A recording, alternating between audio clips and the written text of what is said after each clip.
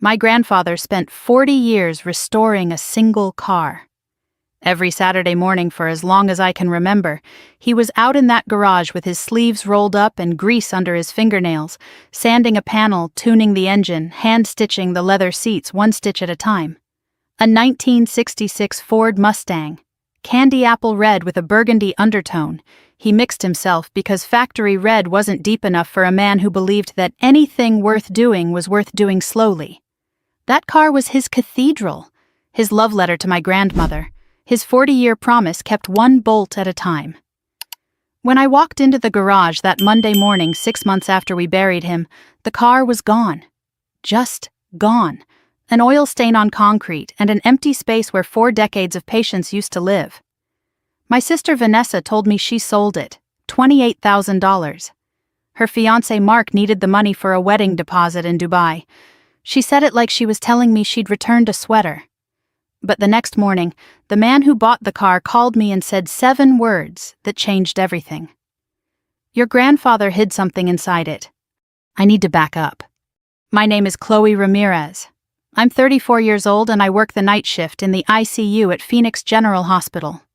I've held the hands of strangers while machines decided whether they lived or died. I've delivered news that ended marriages and started grief that would last decades. I've been cursed at, grabbed, spit on, and thanked with flowers by people who don't remember doing any of those things. None of that prepared me for what I found in that garage. Or rather, what I didn't find. 6 months earlier, we buried Arthur Ramirez, my grandfather. The man who raised me and Vanessa after our parents' divorce scattered the family like shrapnel. Mom moved to Portland. Dad moved to a bar stool. Arthur moved us into his house in the same quiet Phoenix neighborhood where he'd lived for 37 years, put us in the bedroom that used to be his office, and never once made us feel like we were anything other than home. He was a forensic accountant, 40 years of reading numbers the way surgeons read x-rays, tracing money through corporations and shell companies and fraudulent balance sheets. He testified in federal court 11 times. He wore the same gray suit every time because he said juries trust a man who doesn't try to impress them. He was the most patient human being I have ever known. He built things slowly. He believed that was the only way to build things that lasted. The house was his. He left it to both of us, Vanessa and me, equal shares. Vanessa had moved into an apartment in Scottsdale with Mark about a year before Arthur died, but I stayed. The house smelled like Arthur. Folgers coffee and Old Spice and the faint sweetness of pipe tobacco he quit smoking 15 years ago, but never quite washed out of the curtains. I couldn't leave that smell. I worked my 12-hour night shifts at the hospital and came home to Arthur's kitchen and drank coffee from his Diamondback's mug and pretended the silence was just him sleeping in the next room. That Monday morning I pulled into the driveway at 6:47 after a brutal shift. 2 codes, one we saved, one we didn't. My scrubs smelled like hospital soap and adrenaline, and the particular exhaustion that lives in your bones after you've watched a monitor go flat and known there was nothing left to do but call it. I walked through the kitchen, set my bag on the counter, poured water, and looked through the window toward the garage. The side door was open. I always closed it. Arthur taught me that. Close the garage, kiddo. The desert gets in everything. I walked across the yard, pushed the door wider, and stepped into the emptiest room I have ever stood in. The Mustang was gone. I stood there for a full minute doing what I do when a patient's vitals shift and nobody else has noticed yet. I held still. I breathed. I looked at everything. The oil stain on the concrete floor, dark and wide, shaped like a heart split down the middle. The workbench along the back wall with Arthur's tools still hanging on shadow boards, socket wrenches arranged by size, the air compressor he rebuilt himself crouching in the corner like a tired dog. The smell was still there, motor oil and old leather and the dry mineral scent of Arizona dust. But the center of the room, the space where the Mustang had lived for 40 years, was empty. Just air and absence where something beautiful used to be. I touched the workbench. Ran my fingers across the surface the way you touch a hospital bed after the patient is gone, and the sheets have been stripped, and there's nothing left but the shape of where someone used to lie. Arthur's restoration journal sat open near the vise, A thick spiral notebook, pages yellowed, every entry dated in his precise accountant's handwriting. Parts ordered, paint codes, torque specifications, mileage logs, 40 years of Saturdays documented in blue ballpoint ink. I picked it up, flipped to the last entry, dated 7 weeks before his stroke. Chloe's birthday next month. Surprise her. She's ready. 40 years, and this old car still teaches me patience. Can't wait to see her face when she turns the key and hears that engine for the first time, knowing it's hers. My girl. She'll understand what this car really... It stopped mid-sentence. The pen trailed off the edge of the word, a thin blue line running into nothing. 3 weeks later, Arthur collapsed at his desk. Massive stroke. I held his hand in the ICU for 11 hours. I knew the rhythm of those monitors better than anyone in the building. I heard the change before the alarms triggered. I was the first person in the room to know he was gone, and I was the last person to let go of his hand. A dried flower fell from between the journal pages when I turned them. Small, purple, pressed flat by the weight of months. Lavender. I held it in my palm. Arthur grew lavender in the backyard. Had for decades. Dried it on the kitchen windowsill, sewed it into little cloth bags with clumsy stitches that made me laugh every time. He hung them in the Mustang. Said it kept the leather from cracking. But I knew the truth. Lavender was my grandmother Clara's favorite. She died when I was 4. Arthur kept the lavender alive for 40 years after, the same way he kept the car alive, the same way he kept us alive. Some men grieve with silence. Arthur grieved with maintenance. I set the flower back in the journal, then I noticed the floor. Fresh tire marks. Not the Mustang's tires, which I knew by tread the way I knew Arthur's handwriting. These were wider, heavier, trailer tires. Someone had backed a flatbed into this garage, loaded a 2,000-pound classic car and hauled it away. You don't need a flatbed to drive a car 3 miles to a mechanic's shop. The Mustang ran fine. Arthur had it tuned and running 2 months before he died. I remember the sound, the deep 440 Magnum rumble that shook the garage walls and made the wrenches rattle on their hooks. That engine didn't need a flatbed. Someone chose to use one. Someone planned this. I called Vanessa. 3 times. Each call went to voicemail. Her voice, bright and rehearsed, telling me to leave a message and she'd get back to me. I didn't leave a message. Some things you don't say to a recording. I sat on the garage floor with my back against Arthur's workbench and his journal in my lap. The concrete was cool through my scrubs. The oil stain spread in front of me like a dark mirror. Somewhere outside, a mourning dove called from the Palo Verde tree in the side yard, the same tree Arthur planted the year I graduated nursing school. Every good thing deserves a witness, he said, patting the dirt around the roots. I didn't understand what he meant then. I think I'm starting to. I thought about the last time I sat in this garage with Arthur, 2 months before the stroke, a Saturday. He was adjusting the timing on the Mustang and I was handing him wrenches the way I'd been handing him wrenches since I was 8 years old. He looked at me over the engine and said, "You know what I love about this car, kiddo? It doesn't lie. You put good work in, you get good work out. Every bolt, every gasket, honest machine." He wiped his hands on a shop rag and smiled. People could learn something from a Mustang. He taught me to drive in that car. Desert road east of Mesa. Summer I turned 16. The Superstition Mountains burning red in the rearview mirror. "Both hands on the wheel," he said. "Feel the engine. Don't fight it. Listen to it. The car will tell you what it needs." I stalled it 4 times before I found the clutch point. He never raised his voice. Never grabbed the wheel. Just sat there in the passenger seat, patient as a man who had spent 40 years rebuilding an engine 1 gasket at a time and said, "Try again, kiddo. You'll get it." I got it. I remembered something else about that last Saturday in the garage. He'd been quieter than usual, kept looking toward the house like he was expecting someone. At one point he stopped working, stood up straight and said, "Chloe, if anything ever happens to this car, you come to this garage first. Before you call anyone, before you do anything, come here first, promise me." I'd promised. I thought he was being dramatic. Thought it was an old man's worry about a car he loved too much. I didn't understand. Not then. Now I was sitting in the empty garage at 6 in the morning with no sleep and a dead man's journal, and the slow, cold realization that Arthur Ramirez, forensic accountant, the most careful man I have ever known, had anticipated this. He knew someone might sell the car. He knew, and he prepared. Something was wrong. Not wrong like a bad day. Wrong like the feeling I get in the ICU at 3 in the morning when a patient's numbers start drifting before the alarms catch up.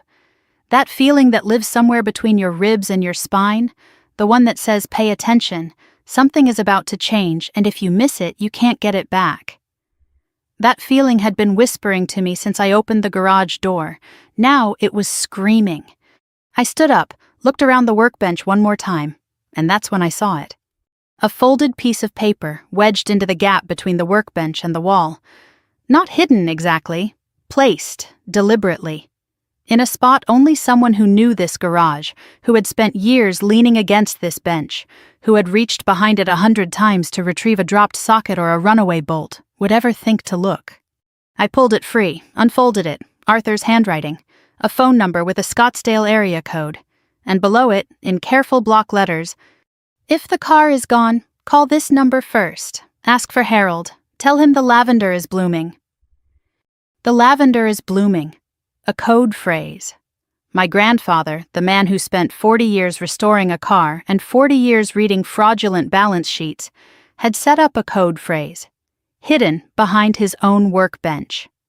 In a garage that was supposed to hold a birthday surprise for a granddaughter he didn't live to surprise. I folded the paper, put it in my pocket, walked inside, sat at the kitchen table. Arthur's chair was empty at the head, the way it had been empty for 6 months, the way I suspected it would be empty for a long time. But for the first time since we buried him, I didn't feel like I was sitting in an empty house. I felt like I was sitting in the opening move of something Arthur had been building long before I knew the game had started. I looked at the phone number. Whoever Harold was, Arthur trusted him enough to leave his name in a place only I would find. Whatever the lavender is blooming meant, it was important enough to hide behind 40 years of tools and dust and careful, patient work. I picked up my phone. My hands were steady. ICU nurses' hands are always steady, even when the rest of us is shaking apart. I dialed the number. I called Vanessa 7 more times that day.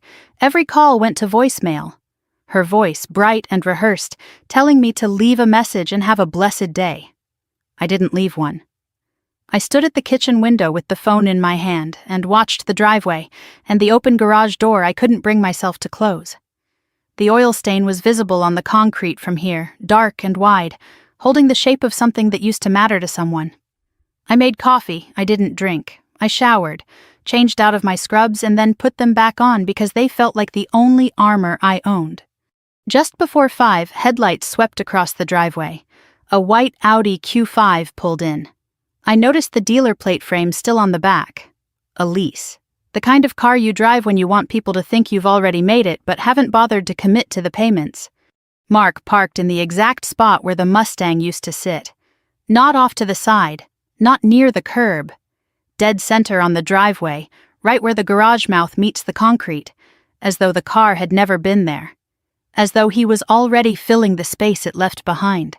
A small thing, but it landed like a hand across my face. Vanessa got out from the passenger side. She didn't look at the garage. Her eyes went straight to the front door where she knew I'd be standing. Mark came around the car and placed his hand on the small of her back.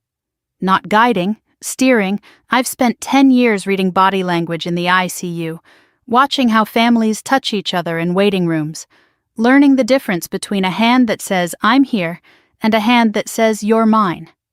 Mark's hand was the second kind. I met them at the door, didn't speak, stepped aside and let them in. Evening heat still rose from the asphalt. Creosote drifted in from the desert. Vanessa trailed a perfume I didn't recognize as she passed me.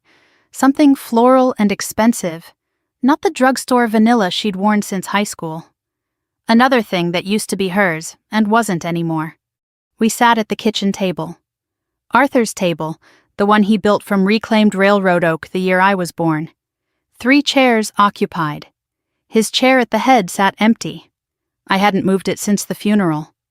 Some mornings I'd come home from a shift and catch it in my peripheral vision, and for half a heartbeat expect to see him there, reading glasses on his nose. Diamondback's mug steaming, looking up to say, "Rough night, kiddo?" Vanessa chose the chair closest to the hallway, escape route. I registered it the way I register a patient positioning themselves near the door before I deliver test results. Automatically, without trying. Mark didn't sit. He leaned against the counter and surveyed the kitchen the way a real estate appraiser surveys crown molding. His eyes moved from the window above the sink to the original tile backsplash to the archway into the living room. He was calculating, not admiring, pricing. I could feel it the way you feel a barometric shift before a storm. He was standing in my grandfather's kitchen running numbers in his head about what it was worth. His watch caught the overhead light. New, tastefully expensive, an Omega Seamaster or something near it. And his shoes. Italian leather, barely scuffed, the soles still sharp at the edges. These were not the possessions of a man who needed $28,000 from a 60-year-old car to fund a wedding deposit. These were the possessions of a man spending freely from a source he didn't intend to name. Something cold settled in my stomach and made itself at home. "Where is the car, Vanessa?" I kept my voice level, the same voice I use when telling a family that the next 24 hours are critical, and I need them to hear me clearly. No panic, no accusation, just the question. Her hands twisted in her lap. "I can explain." "Where is the car?" "We needed the money for the wedding. Mark's been planning Dubai and the deposits were due and the car was just sitting there collecting dust. I thought Grandpa would have wanted us to use it for something that mattered." "How much?" She glanced at Mark. He gave a slight nod. "Permission." I watched that nod the way I watch a senior physician signal a resident across a patient's bed, small and practiced. It meant my sister needed her fiancé's approval before she could answer a simple question about money. 28,000. I let the number sit. $28,000. 40 years of Arthur's Saturdays. 40 years of sourcing parts from junkyards across 3 states. Hand-mixing paint until the red was exactly the shade of dark wine he saw in his head. Hand-stitching leather with patience most people can't even imagine. Sold for the price of a mid-range sedan. Mark spoke for the first time. "Chloe, I get it. The car was sentimental, but your grandfather's gone. Sentimentality doesn't pay bills. That Mustang was depreciating in your garage while it could have been working for this family's future." This family's future. The way he said it. Possessive. As though the ring on Vanessa's finger granted him equity in everything Arthur spent his life building. As though engagement was a merger, and he'd just acquired a controlling share. "Besides," Mark added, shifting against the counter, "Harold said the engine needed serious work. Transmission was slipping, wasn't worth much more than what we got for it." He stopped, caught himself, but not fast enough. "Harold?" I asked, quietly. The way I ask a patient how much they've really been drinking when the liver panel tells me the truth they won't. Mark's jaw tightened for half a second. Micro-expression. The kind I'm trained to catch at 3 a.m. when someone says they're fine while their vitals say they're dying. "The buyer, some mechanic over on McDowell." But I heard it. Mark said Harold's name before Vanessa did, before anyone mentioned a name. He already knew the buyer, he'd already spoken to the shop. He had researched the sale, identified the target, set the price, and handed the script to Vanessa to perform while I was 12 hours deep in a night shift at Phoenix General. This wasn't my sister's impulsive decision. This was Mark's operation executed through my sister's hands. I filed it away, said nothing. ICU training. When a patient's vitals shift, you don't announce it to the room. You assess, you document, you act when the time is right. I stood up, walked to the counter, picked up Arthur's restoration journal, the one I'd found that morning on the workbench, set it on the table in front of Vanessa, opened it to the last page. "Read it." She read. I watched her eyes move across the page, watched them slow at the final entry, the one Arthur wrote 7 weeks before the stroke. "Chloe's birthday next month. Surprise her. She's ready. 40 years and this old car still teaches me patience. Can't wait to see her face when she turns the key and hears that engine for the first time, knowing it's hers. My girl, she'll understand what this car really—" It stopped mid-sentence. The pen trailed off into nothing. 3 weeks later, he collapsed at his desk.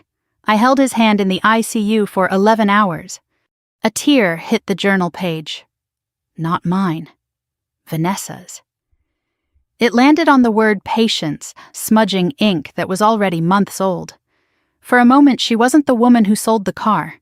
She was the little girl who fell asleep in the Mustang's back seat on road trips to Flagstaff, who called Arthur Papa Bear until she was 12, who sat on his lap while he read the Sunday paper and pretended to understand the box scores. That Vanessa was still in there. I could see her. Underneath 2 years of Mark's careful influence, she was still in there. But then Mark moved. We should go. His hand found Vanessa's shoulder, that steering grip. Chloe needs time. We'll talk when everyone's calmer. The wedding planning won't wait, babe. Vanessa stood, eyes wet, still on the journal. Chloe, Go. I didn't walk them to the door. I sat at the table and listened. Footsteps on tile, the front door opening, the Audi starting, the sound of the car backing out of the space where the Mustang used to live. Then nothing. Just the house and the silence and the empty chair and the journal with my sister's tear drying on our grandfather's last unfinished thought. The clock on the wall said 7:14.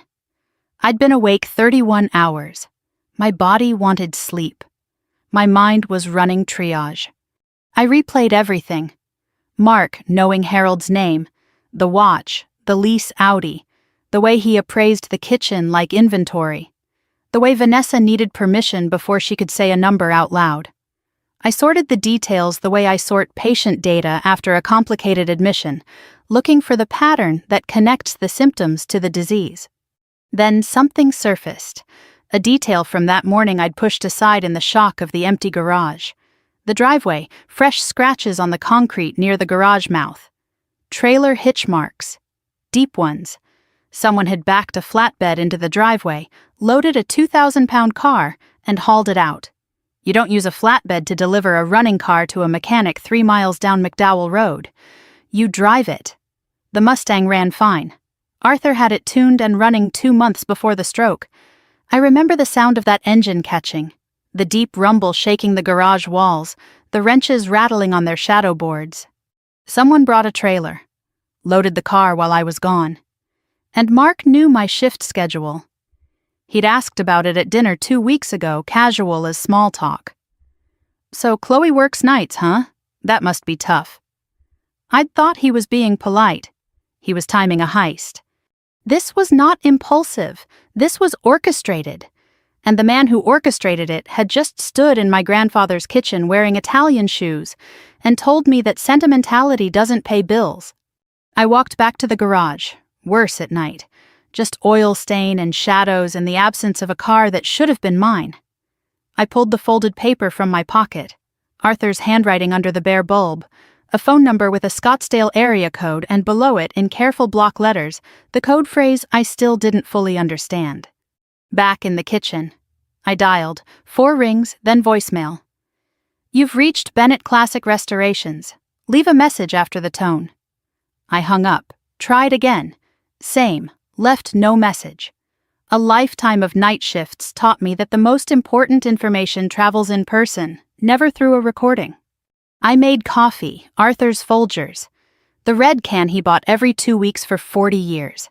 The smell filled the kitchen like a visitation. I sat with it at the table and took stock of what I knew and what I didn't. I knew the car was gone. I knew Mark engineered the sale. I knew Arthur anticipated it. I didn't know why my grandfather hid a phone number behind his workbench, why he invented a code phrase, or what Harold Bennett had to do with any of it. But I knew this. Arthur Ramirez spent 40 years as a forensic accountant. He traced embezzled funds through shell companies. He testified in federal court 11 times. He once told me, "Numbers don't lie, sweetheart. People lie. Numbers just sit there and wait for someone smart enough to read them." Arthur didn't panic. Arthur prepared, and whatever he prepared was sitting in a restoration shop on McDowell Road waiting for me. I fell asleep on the couch sometime after midnight. Arthur's journal on my chest, his note in my pocket, the Folgers going cold on the table. At 6:15 the next morning, my phone rang. Unknown Scottsdale number. I answered on the first ring. "Miss Ramirez?" The voice was rough, weathered, the voice of a man who'd spent decades breathing paint thinner and motor oil. "My name is Harold Bennett. I own a restoration shop on McDowell Road. Your grandfather and I were close. I'm holding his car. And I need you to come here right now. Arthur left something inside the Mustang, something he wanted only you to find." I was already reaching for the keys to Arthur's truck. I took Arthur's truck. The F-250 he used to haul parts, bench seat cracked from decades of Arizona sun, the cab still holding his smell.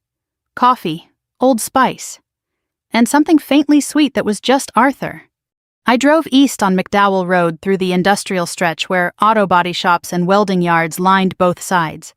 Morning light cut hard across the Sonoran, painting the Superstition Mountains pink and gold. The air through the cracked window tasted of dust and creosote. I passed a strip mall with a storefront I'd never noticed before. A sign in the window read, "New Beginnings Support Group, Wednesdays 7 p.m. Grief counseling." I clocked it without thinking, the way I clock an irregular number on a monitor that isn't alarming yet but doesn't feel right either. Something about that sign pricked the back of my mind. I didn't know why. I kept driving. Bennett Classic Restorations sat between a transmission shop and a concrete supplier. Desert stone building, sandstone block, flat roof, a hand-painted sign. Bennett Classic Restorations since 1989. Above the bay doors, a vintage Texaco star sign, rusted at the edges but still proud. The lot held a dozen cars in various states of resurrection. A Corvette Stingray missing its hood, a Plymouth Barracuda in primer gray, and in the far corner under a canvas tarp staked against desert wind, a shape I'd have recognized from 100 yards. The long hood, the fast back slope. Even covered, the Mustang looked like it was about to run. I parked, breathed, the same breathing I do before walking into a room where the news is bad. The shop office door opened before I reached it. Harold Bennett, 62. Wiry and sun-darkened. Khaki coveralls with Harold stitched in red above the pocket. Silver buzz cut, marine sharp. Hands scarred from decades of metalwork. Eyes red-rimmed. He hadn't slept either. "Miss Ramirez." Working man's handshake, firm, calloused, honest. "Thank you for coming this early. I wasn't sure you'd get my message." "You said my grandfather left something in the car." "I did." He held the door open and gestured toward the office. "But first, I need you to understand how I knew Arthur, and why he trusted me with this. Please, it's going to take a minute." The office was small, cluttered the way working offices get when the work matters more than the filing. Metal desk buried under invoices. A Mr. Coffee machine older than the building, the pot stained brown from years of service. Framed photographs on every wall, classic cars, before and after restoration shots, a few customer photos. One photo stopped me cold. Corner of the wall, slightly crooked in its frame. Arthur and Harold standing on a riverbank, fishing rods in hand, both laughing with their heads thrown back. Arthur looked 10 years younger. They were wearing matching caps that read, "World's Okayest Fisherman." I stared at it. This wasn't a business relationship. This was friendship. Deep, old, comfortable friendship. The kind built on matching hats and inside jokes and 20 years of Saturday mornings on a river. And I never knew it existed. "How long did you know my grandfather?" 23 years. 23 years. I visited Arthur every single week of my adult life. He never once mentioned Harold Bennett. He kept this friendship entirely separate, this whole corner of his life hidden. The man who told me everything about the Mustang's engine specs and the proper way to season a cast iron pan never said a word about the person he went fishing with for 2 decades. Harold poured coffee without asking, handed me a mug, black, no sugar, exactly how Arthur drank it. He sat down across from me and told me a story. 2001. Harold's wife, Ellen, was diagnosed with pancreatic cancer. 7 months from diagnosis to the end. Insurance covered 80%, which sounds generous until you realize that 80% of catastrophic still leaves you underwater. Harold owed $112,000. The bank was circling the shop with a foreclosure notice. His life's work, 30 years of building a reputation one restored engine at a time, about to disappear under a rubber stamp. Arthur was a customer back then, had been bringing the Mustang in for specialty work, chrome plating, paint matching, parts that Harold tracked down from junkyards and swap meets across 3 states. They were friendly. Not close. Not yet. Then Arthur saw the foreclosure notice taped to Harold's front door. "He didn't offer me money," Harold said. His voice thickened the way voices do when the memory is heavier than the words can hold. That's not who Arthur was. He sat right where you're sitting and asked me 3 questions. How much do you owe? Who do you owe it to? And do you have 6 months of financial records? Arthur, forensic accountant, 40 years of reading numbers the way Harold read engines, sat in this office and went through Harold's books, spent 6 months restructuring the debt, negotiated with creditors, found billing errors in the hospital invoices that knocked $19,000 off the total, set up a payment plan Harold could survive on. Your grandfather didn't give me a fish, Chloe. He taught me how to fish. Saved my shop. Saved my life, if I'm being honest about it. Harold paused. His hands found the fishing photo on the shelf behind him, and he held it the way you hold something fragile that proves a thing you need to believe is real. Ellen was gone, and I was ready to follow her out the door. Arthur gave me a reason to keep the lights on. He set the photo down, carefully. After that, we fished together every other Saturday for 20 years, until he got too sick. The last time I saw him healthy, he looked at me across the boat and said, "Harold, I need you to do something for me, and you can't ask why until it's time." I set my coffee down. What did he ask you to do? Build a hidden compartment in the Mustang. The words sat in the air between us. Somewhere in the shop bays, a pneumatic wrench fired off 3 quick bursts. The coffee machine gurgled, normal sounds in a room where normal had just left. We walked across the lot, morning sun full and merciless, Arizona burning off every shadow. Harold stopped beside the tarped car and rested his hand on the canvas. Arthur drove the Mustang here himself 10 months before he died. Spent 3 hours with me. Told me things about your family, about Mark. His jaw tightened. I watched the muscle work beneath the weathered skin. He asked me to build a custom compartment behind the dashboard, deep enough for documents, sealed and invisible unless you know where to press. And he made me swear 2 things. If anyone ever tried to sell this car, I would buy it, no matter the price, and I would call you. Only me? Only you. He was very specific. Harold gripped the edge of the tarp, pulled it back slowly. The Mustang emerged like a held breath finally released. Candy apple red. Arthur's custom mix, deeper than factory, a burgundy undertone that shifted in the sun like dark wine held to light. Chrome bumpers throwing the desert back in clean white lines. Black leather interior through the window, every seam straight. Dashboard polished to a dark mirror. And hanging from the rear view a small linen bag with clumsy hand stitches along the edge. The smell reached me before I identified it. Lavender. It hit my chest like a fist made of memory. Arthur grew lavender in the backyard. Had for decades. Dried it on the kitchen windowsill. Sewed the sachets himself with stitches so crooked they made me laugh every single time. Keeps the leather from cracking, he'd say with a straight face. But I knew the real reason. Lavender was my grandmother Clara's favorite flower. She died when I was 4.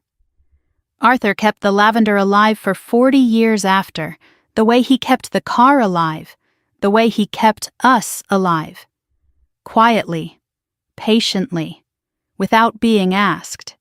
The dried flower that fell from the journal in the garage. That was lavender. Everything Arthur left behind was threaded to the same root. I touched the hood, warm from the sun. I could feel him in the metal, in the paint he mixed, in the engine he rebuilt 1 bolt at a time across 4 decades. The car wasn't a car. It was Arthur's patience made physical. His love letter to everyone he'd ever protected, written in steel and chrome and time. He told me the code phrase, too, Harold said. The lavender is blooming. If you'd called and said that, I would have known Arthur sent you. I didn't say it. I didn't know what it meant. Didn't matter. I recognized your voice. A ghost of a smile. You sound just like him when you're angry. Harold opened the driver's door. Leather and lavender and old car rolled out of the cabin like something that had been waiting. I sat on the edge of the seat with my feet still on the ground. The way you sit beside a hospital bed when you're afraid of what comes next, but you sit down anyway because the person in that bed needs you there. Harold reached across me. His scarred fingers found something beneath the dashboard. A recessed latch invisible unless you knew exactly where to press. A soft click. The panel below the original AM radio swung open on custom hinges that Harold had machined himself. Behind it, a compartment about 8 inches deep and 12 wide, lined with dark felt. Inside, a manila folder 2 inches thick, the tab labeled in Arthur's handwriting. A sealed envelope on heavy cream paper with my name in his careful script. A small wooden box with a brass clasp, and a USB flash drive taped to the inside wall with black electrical tape. Harold stepped back from the car. He came here one last time, 8 days before the stroke, brought all of this, made me seal it up, made me promise. His voice cracked. Harold Bennett, former Marine, 30 years of working with metal and fire, a man whose hands could rebuild a transmission in the dark, stood in his own parking lot with tears cutting lines through the dust on his face. He cried that day, Chloe. Sat right where you're sitting and cried. I'd known your grandfather 23 years. Strong man, proud man, never saw him cry until that afternoon. Harold swallowed, looked at the ground, then looked at me. He said, I can't tell them, Harold. If I tell Chloe, she'll confront him and he'll disappear. If I tell Vanessa, she won't believe me and I'll lose her. So I have to hide it. I have to put the truth inside the car and trust that the car will bring it to her when the time comes. Harold walked away, his boots crunched on the gravel. I'll be in Bay 2, coffee's on, take whatever time you need. A bay door clanged open. Pneumatic tools hissed. The sounds of a working shop filled the air around me while I sat in a 1966 Mustang, with a hidden compartment full of my dead grandfather's secrets, and the lavender swinging on the rear-view mirror like a slow, quiet heartbeat.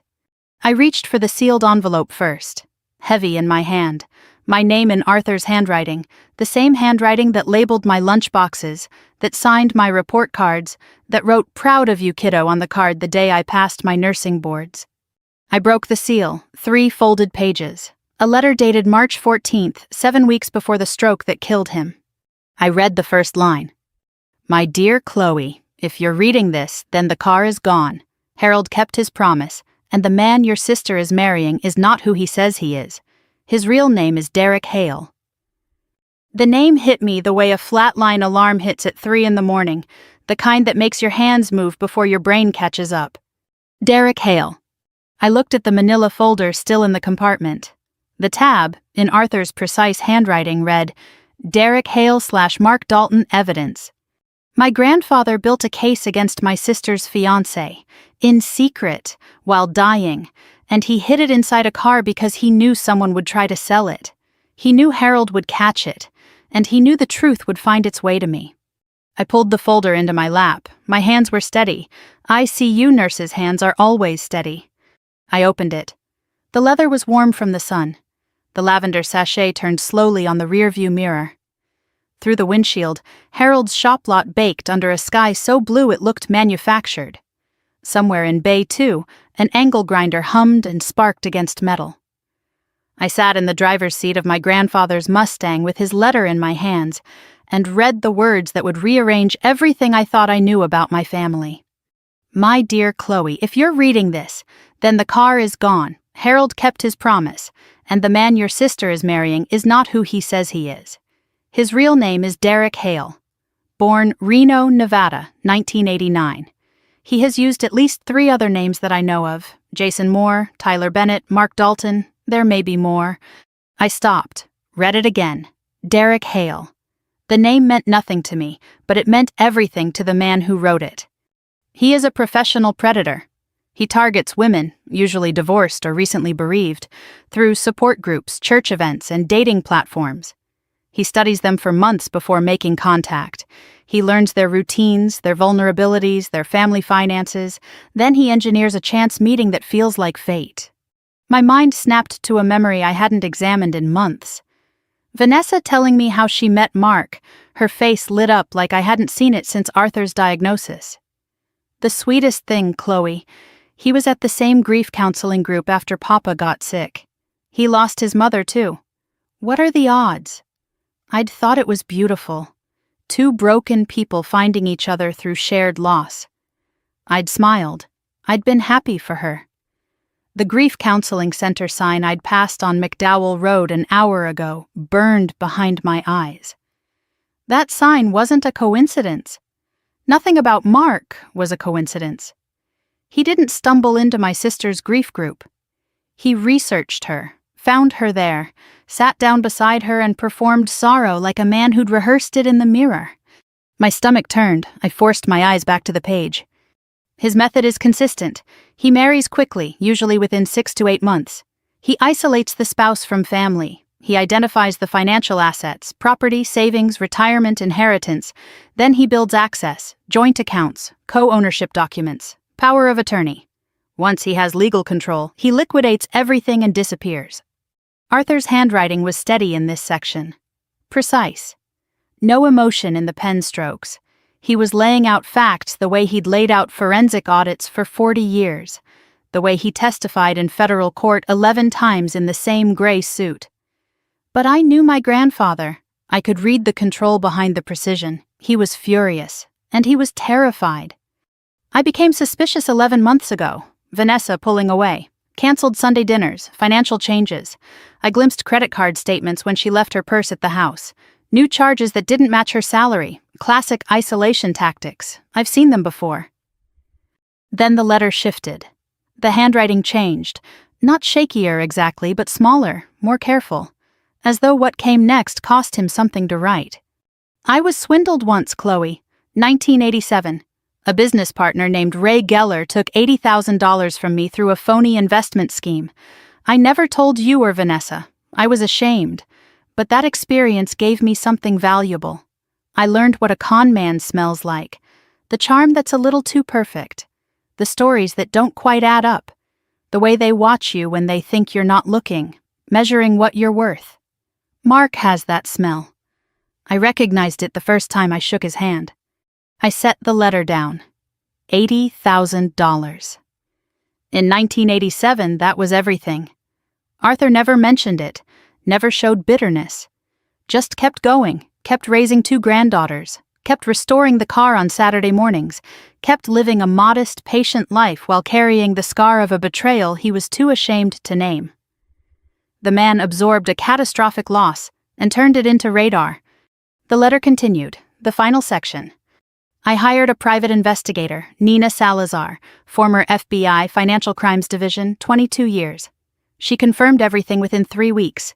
Derek Hale has left a trail across Nevada, Florida, and now Arizona. At least 3 confirmed victims. 2 pending civil suits that went nowhere because he vanished before prosecution. Nina's contact information is in the folder. She is paid through the end of this year. She knows everything. Call her first. I folded the letter, set it on the passenger seat, opened the manila folder. 2 inches thick. Organized with the precision of a man who built cases that convicted embezzlers. 5 tabbed sections. I flipped through them the way I flip through a patient's chart when I'm looking for the thing that explains why the numbers don't make sense. Tab 1. Identity. A Nevada DMV photo. The face was unmistakably Mark. Driver's license under Derek Hale. Birth certificate copy. 2 legal name changes. Hale to Moore in 2016. Moore to Dalton in 2020. A man who changed his name the way other people changed addresses. Tab 2. Victims. Diane Kowalski, Reno, Nevada. Married Jason Moore in 2017. Divorced 2018. Lost $340,000 through fabricated joint investment accounts. Margaret Chen, Tampa, Florida. Married Tyler Bennett in 2019. Lost $285,000. There was a photocopy of a hospital intake form. Margaret Chen. Admitted for intentional overdose. The clinical language was familiar to me, the kind of language I read every week in the ICU. Patient states she has nothing left. I've held the hands of patients like Margaret. I've watched monitors and prayed for the line to keep moving. Now I was looking at a woman who nearly died because of the man my sister was planning to marry in Dubai in 3 weeks. Tab 3. Financial. A spreadsheet in Arthur's handwriting mapping Mark's money trail. Shell LLC's wire transfers. Account closures timed to match each divorce. Margins filled with notes. Assets drained within 3 to 6 months of gaining legal access. Funds routed through intermediary accounts before reaching offshore destination. Tab 4. Current threat. Arthur's handwritten timeline. Mark began discussing financial consolidation with Vanessa in January, suggested co-ownership of the house, mentioned simplifying the trust. These are preparatory moves. If Vanessa signs power of attorney, Mark gains legal access to the house, the savings, everything. Red ink at the bottom. Total exposure, approximately $800,000. Everything Arthur spent a lifetime building.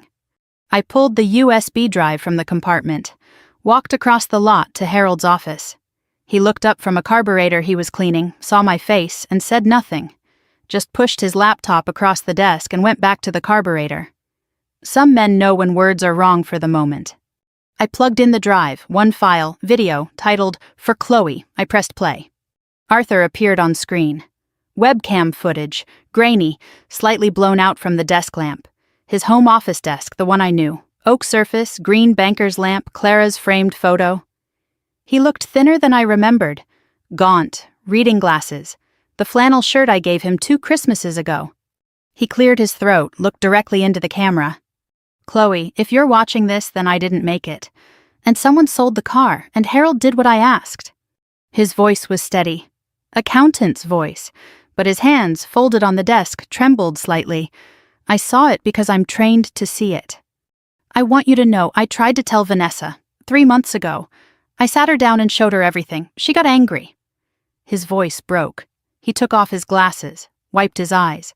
"She said I was paranoid. She said I was jealous of Mark, that I couldn't stand seeing her happy. She said I was losing it, getting old, seeing things that weren't there." He put the glasses back on, steadied himself. "Maybe she's right about the old part, but I'm not wrong about this man. 40 years of reading financial fraud, Chloe. I know what embezzlement looks like at the penny level. I know what asset theft looks like dressed up as love." Arthur leaned closer to the camera. His eyes, the same brown as mine, the same brown as Clara's, filled the frame. "So I did the only thing I could. I gathered the evidence. I hired Nina. I hid it all in the one place I knew would reach you. Because I know you, kiddo. You're the one who paid attention. You're the one who sat in the garage and handed me wrenches and asked questions about torque specifications when you were 12 years old. You're the one who will fight." He paused. The desk lamp hummed. Somewhere in the house behind him, a clock ticked. "And Chloe, save Lucille too. He's already started on her." Lucille, Mrs. Lucille Harmon, 78 years old. The widow next door who baked lemon bars for every block party and owned 4 laundromats her husband Frank built from nothing. Mark was targeting her too, running 2 schemes in parallel. My family and a lonely old woman whose only protection had been Arthur. Arthur's voice hardened. "I found out Mark's been visiting Lucille, offering free financial advice for seniors. He brought a brochure from a company that doesn't exist. He's setting her up the same way. Gain trust, gain access, drain everything. Lucille has no children, no family nearby, no one watching out for her except me." He stopped, looked down at his hands. When he spoke again, his voice was different, quieter. "I'm running out of time. I can feel it. Something's wrong with me, headaches, dizzy spells. I haven't told anyone. I'm afraid if I go to the doctor, they'll find something that takes me off the board before I finish this." I pressed pause. My chest was so tight I couldn't breathe. He knew. Arthur knew something was wrong, the warning signs of the stroke that would kill him. And he chose to keep working instead of seeking help. He chose the investigation over his own survival. He chose us. I pressed play for the final 30 seconds. "Everything you need is in the folder. The bonds and certificates are in a safe deposit box. Keys in the wooden box. Call Nina first. Call Patricia Whitfield second. She's a lawyer. She'll represent you. And Chloe," his voice softened, "don't hate your sister. Vanessa is a victim too. She just doesn't know it yet." He smiled. The real smile. The one that crinkled the corners of his eyes the way it did when I was 6, and he pushed me on the tire swing in the backyard, and I screamed higher, higher, and he always pushed me higher. "I love you, kiddo. I always believed in you. Now go prove me right." The screen went black. Arthur's face, the reading glasses, the flannel shirt, the half-second of that real smile at the very end, lingered in the room like warmth after a fire goes out. Harold appeared in the doorway, saw my face, said nothing, set a fresh coffee on the desk and walked away. I wiped my face, drank the coffee. It was terrible, burnt and bitter, and it was exactly what I needed. Something real, something that tasted like the world outside this nightmare. I went back to the folder, flipped to a section I'd skimmed past. Tab 5, labeled Surveillance. Photos printed on glossy paper, date-stamped. Mark at a coffee shop in Tempe, sitting across from a blonde woman I didn't recognize. Mid-30s, professional clothes, his hand on hers. Not the body language of a business meeting. More photos. Same woman at a bank lobby. Outside an attorney's office. In a parking lot exchanging a folder. Not a victim. An equal. A partner. I flipped to the last photo in the stack. This one was different. Not a coffee shop or a bank. A residential street. My street. The photo showed Mark walking up the front path of the house next door to Arthur's. Lucille Harmon's house. He was carrying a gift bag and wearing that smile, the one I now understood was a lockpick, not an expression. The date stamp stopped me cold. 3 weeks before Arthur's stroke. Mark was already inside Lucille's house while planning a wedding with Vanessa, while running up credit cards in my sister's name, while Arthur was dying and hiding evidence in a car he would never drive again. I closed the folder, stood, walked to the window. The Mustang sat in the lot, red paint blazing in the afternoon sun. "You didn't just leave me a car, did you, Papa?" I whispered. "You left me a war." I pulled out my phone, dialed the first number from Arthur's contact list. Nina Salazar answered on the second ring. "Chloe Ramirez, I've been expecting your call for 6 months." Nina Salazar's voice was clipped, professional, the kind of voice that had conducted 300 depositions and didn't waste a syllable on small talk. I was sitting in the passenger seat of Arthur's F-250 in Harold's parking lot, with the folder on my lap, and the USB drive in my pocket, and my grandfather's voice still ringing in my ears. Nina Salazar had been waiting for me the way Harold had been waiting for me, the way the compartment had been waiting for me. Arthur built a network of people who would activate when the car was sold, a dead man's security system, triggered by betrayal. "He hired me 10 months before he died," Nina said. "Former FBI Financial Crimes Division, 22 years, now private. Your grandfather found me through a mutual colleague and briefed me on everything. He paid my retainer through December of this year." She paused, and when she spoke again, the professional edge softened by a fraction. He said, "If I don't make it, Chloe will find you eventually. Be ready." So I've been ready. "What do you have?" "Everything, but first you need to hear this." Nina's voice dropped. "Do you know how Mark met your sister?" I knew the story. Vanessa told me over dinner, glowing, the happiest I'd seen her since Arthur's diagnosis. The grief counseling group, the Wednesday meetings where she went to process her anticipatory grief over losing our grandfather. Mark was there too, lost his mother. 2 broken hearts finding each other in a church basement. "His mother is alive," Nina said. Flat, no inflection. A fact delivered the way a pathologist delivers autopsy results. "She lives in a nursing home in Sparks, Nevada. Hasn't seen her son in 7 years. He joined that grief group to find your sister. He researched Vanessa for at least 2 months before making contact. Her social media, her work schedule, her relationship to Arthur, the estimated value of Arthur's estate. He was shopping for a target and your sister fit the profile." The grief counseling sign on McDowell Road flashed behind my eyes. I'd driven past it 2 hours ago, and something had pricked at me. Something I couldn't name. Now I could name it. Mark didn't stumble into Vanessa's grief. He hunted her inside it. Nina shifted to operational mode, fast, dense, the military briefing energy of a woman who had spent 2 decades building cases against people who stole from the vulnerable. The marriage license was filed. Wedding in Dubai in 21 days. After the wedding, Mark would push Vanessa to sign co-ownership papers on Arthur's house and a general power of attorney. If he secured POA, he could access savings, refinance the house, liquidate Arthur's trust share, all legally, all through Vanessa's signature. Arthur had moved 60% of the trust into an irrevocable trust in my name alone. Mark couldn't touch that. But the house, the savings, Vanessa's share of the estate, all of it was still exposed. Total at risk, roughly $530,000. Arthur was the most thorough client I've ever had, Nina said. He left you everything you need, but we have a clock, 21 days.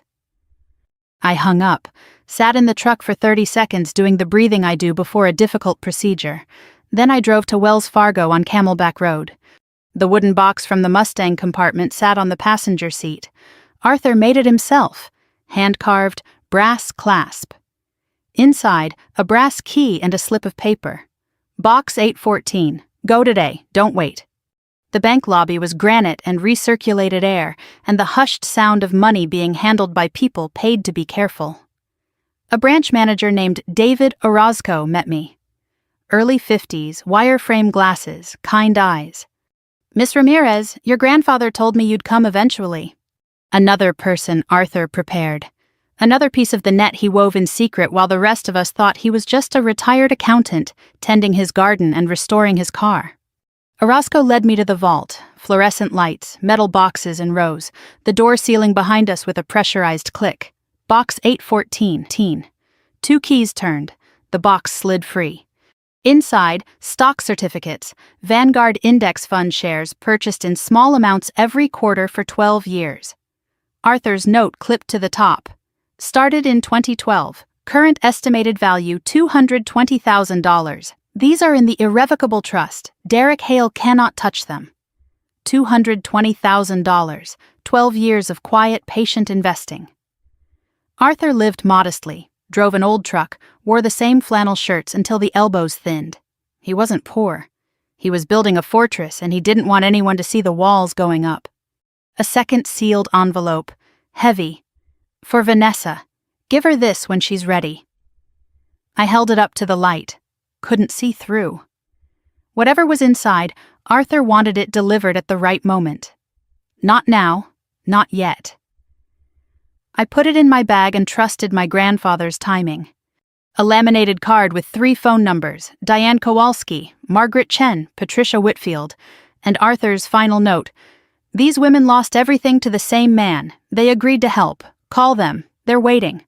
I transferred the certificates to a new box in my name alone. Then I sat in the truck in the bank parking lot and made the calls. Diane Kowalski picked up on the 3rd ring. Reno, Nevada. Her voice was cautious, guarded, the voice of someone who'd been taught the hard way not to trust phone calls. Mrs. Kowalski, my name is Chloe Ramirez. My grandfather Arthur gave me your number. A long pause. Arthur Ramirez, the accountant from Phoenix. Her voice softened. Is he with you? He passed away 6 months ago. Oh, honey. Diane exhaled, a sound that carried years of damage. He was good people. Called me over a year ago. Said he was investigating a man who'd targeted his family. I said yes before he finished the sentence. Diane met Jason Moore at a church potluck in Reno in 2016. Recently divorced. 2 grown kids. Jason was charming, attentive, made her feel visible for the first time since the divorce. They married in 5 months. 6 months later, Jason suggested consolidating their finances. Joint accounts, a friend with a private equity fund, guaranteed returns. $340,000, my retirement, my share of the house from the divorce, my mother's life insurance, all of it gone through shell companies I didn't know existed. Jason vanished when a credit card got declined at a grocery store. Divorce papers arrived from a Las Vegas P.O. box 6 weeks later. But the money wasn't the worst part. My daughter Rachel blamed me, said I was reckless, said I threw away her inheritance. She didn't speak to me for 2 years, Chloe, 2 years of silence. That man didn't just rob me. He destroyed the trust between me and my own child. I gripped the steering wheel. The parallel hit my chest like a closed fist. Mark was doing the same thing, using Vanessa to fracture a family, weaponizing trust, turning blood against blood. Arthur asked if I'd testify, Diane said. I told him anywhere, anytime. That offer stands for you, sweetheart. You need me in Arizona, I'm on the next flight. I thanked her, hung up, sat for a minute watching the Phoenix traffic crawl past the bank parking lot. Then I dialed the second number. Margaret Chen answered on the fifth ring. Tampa, Florida. Her voice was quiet, careful, each word measured. The voice of someone who had survived something that nearly killed her and was still negotiating the terms of living afterward. I recognized that voice. I've heard it in the ICU at 4 a.m. from patients who made it through the night and aren't sure yet if they're glad. Margaret married Tyler Bennett in 2019. Pandemic wedding, small. No family present because of lockdown restrictions. Tyler was patient, kind, a perfect husband for a full year before he mentioned money. He waited 12 months. That's how patient these people are.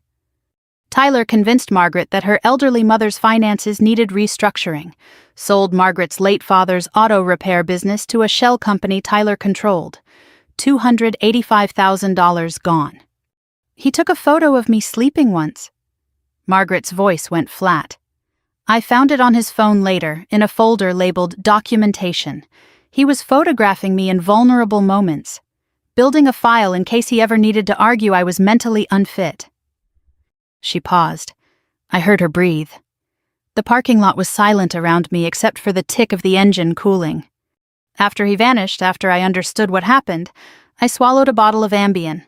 My son Ethan found me on the bathroom floor, 3 weeks in the hospital, psych hold. I sat with it.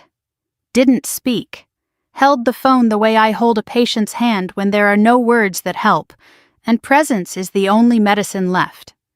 I'm alive because my son got home early from work, Margaret said. A traffic jam saved my life. That's the margin. That's how close he got me. She paused again. Then, steadier. Arthur gave me something no one else could. The knowledge that I wasn't stupid wasn't reckless. I was targeted by a professional. Knowing that doesn't bring the money back, but it gave me back my dignity. Will you testify? Honey, I've been rehearsing what I'll say in that courtroom for 14 months. I hung up, pressed my forehead against the steering wheel, breathed, 2 women, 2 shattered lives, and the same man, wearing a different name each time, walking into the next family with his hands clean and his smile loaded. I dialed the third number. Patricia Whitfield, elder fraud attorney, Phoenix. Patricia was fast-talking, sharp, no nonsense. The kind of lawyer who drinks black coffee during depositions and makes opposing counsel sweat through their collars. Arthur Ramirez briefed me 18 months ago. I've been reviewing Nina's file every 2 weeks. I'll represent you and your sister pro bono in depositions and makes opposing counsel sweat through their collars. Arthur Ramirez briefed me 18 months ago. I've been reviewing Nina's file every 2 weeks. I'll represent you and your sister pro bono. Pro bono? Arthur helped my mother navigate Medicare paperwork for 3 years. Wouldn't take a dime. Said neighbors help neighbors. Consider this returning the favor through his granddaughter. Patricia laid out the legal landscape. Criminal charges needed law enforcement. Nina's evidence was strong but required formal presentation. Detective Ray Castillo at Phoenix PD Financial Crimes was the right contact. Patricia knew him. Civil fraud suits could run simultaneously. Multiple victims strengthened the case enormously. But the critical gap, they needed Mark to demonstrate current intent on record. The folder proved identity and pattern. A defense attorney could argue rehabilitation. They needed Mark to reveal his active plan, documented, admissible. We need him comfortable enough to talk, to pitch, to lay out exactly what he wants Vanessa to sign and why, and we need it on camera. Then Patricia added something that made my stomach drop. Nina flagged something this morning. Mark opened 2 LLCs last month, both registered under Vanessa's name. Vanessa didn't sign the incorporation papers, he forged her signature. That's a felony on its own. But more importantly, it tells us he's already moving. He's not waiting for the wedding. He's building the financial infrastructure right now. 2 shell companies. My sister's name forged on documents she'd never seen. Mark wasn't planning anymore. He was executing. I drove home. The desert scrolled past, saguaro and creosote and red dust. Arthur's house waited at the end of the street. The empty garage. The oil stain shaped like a cracked heart. I pulled into the driveway, checked my phone, a new message from Nina, a file attachment, and 4 words. Check your sister's credit. I opened the attachment. A credit report. Vanessa Ramirez. 3 credit cards I'd never heard of, all opened in the last 14 months. Total balance, $54,000. Charges, restaurants, hotels, flights, a $12,000 Dubai venue deposit, and an $8,000 payment to Pinnacle Financial Advisory, LLC. Pinnacle Financial Advisory, one of the 2 LLCs Mark forged under Vanessa's name. He was charging expenses to his own fake company through my sister's credit. A second message from Nina. He's also started visiting Lucille Harmon, free financial advice for seniors. He's running 2 schemes at once. We need to move on Lucille before she signs anything. I stared at the phone. 2 fronts, 21 days. And my sister didn't know any of it. 37 steps from Arthur's front porch to Lucille's. I've counted them since I was 8 years old, running back and forth between the 2 houses carrying lemon bars in one direction and tomatoes from Arthur's garden in the other. 2 houses. 2 families braided together for 30 years by the kind of friendship that doesn't need explaining because it's built into the foundation of every day. Arthur and Frank arguing about the Diamondbacks over the fence on summer evenings while the grill smoked and the sprinklers hissed. Clara and Lucille sitting on Lucille's porch with iced tea, laughing at their husbands, planning potlucks, sharing recipes that neither of them followed exactly because that's not how recipes work between friends.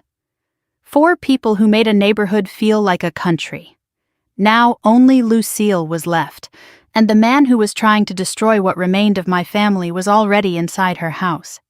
Lucille's place was a single-story Arizona ranch with a terracotta roof faded to salmon by decades of sun. Desert landscaping done right, golden barrel cactus in neat rows, a Palo Verde tree throwing dappled shade. By the front door, a clay pot of lavender that Lucille and Arthur planted together the year Clara died. The lavender was blooming. It was always blooming.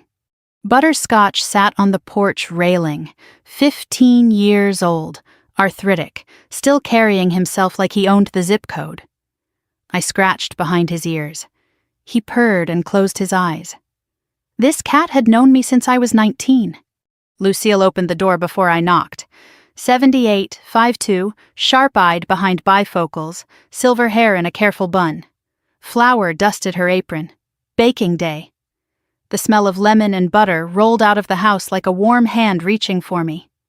Chloe Marie Ramirez, I haven't seen you in 2 weeks. She pulled me into a hug that was surprisingly strong for a woman her size. You look like you haven't slept. Come in. I made bars. I stepped inside and the house wrapped around me the way it always had.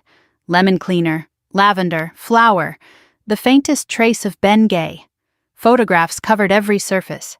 Frank Harmon, square-jawed and kind-eyed, the man who built 4 laundromats from a single broken washing machine he fixed in his garage in 1971.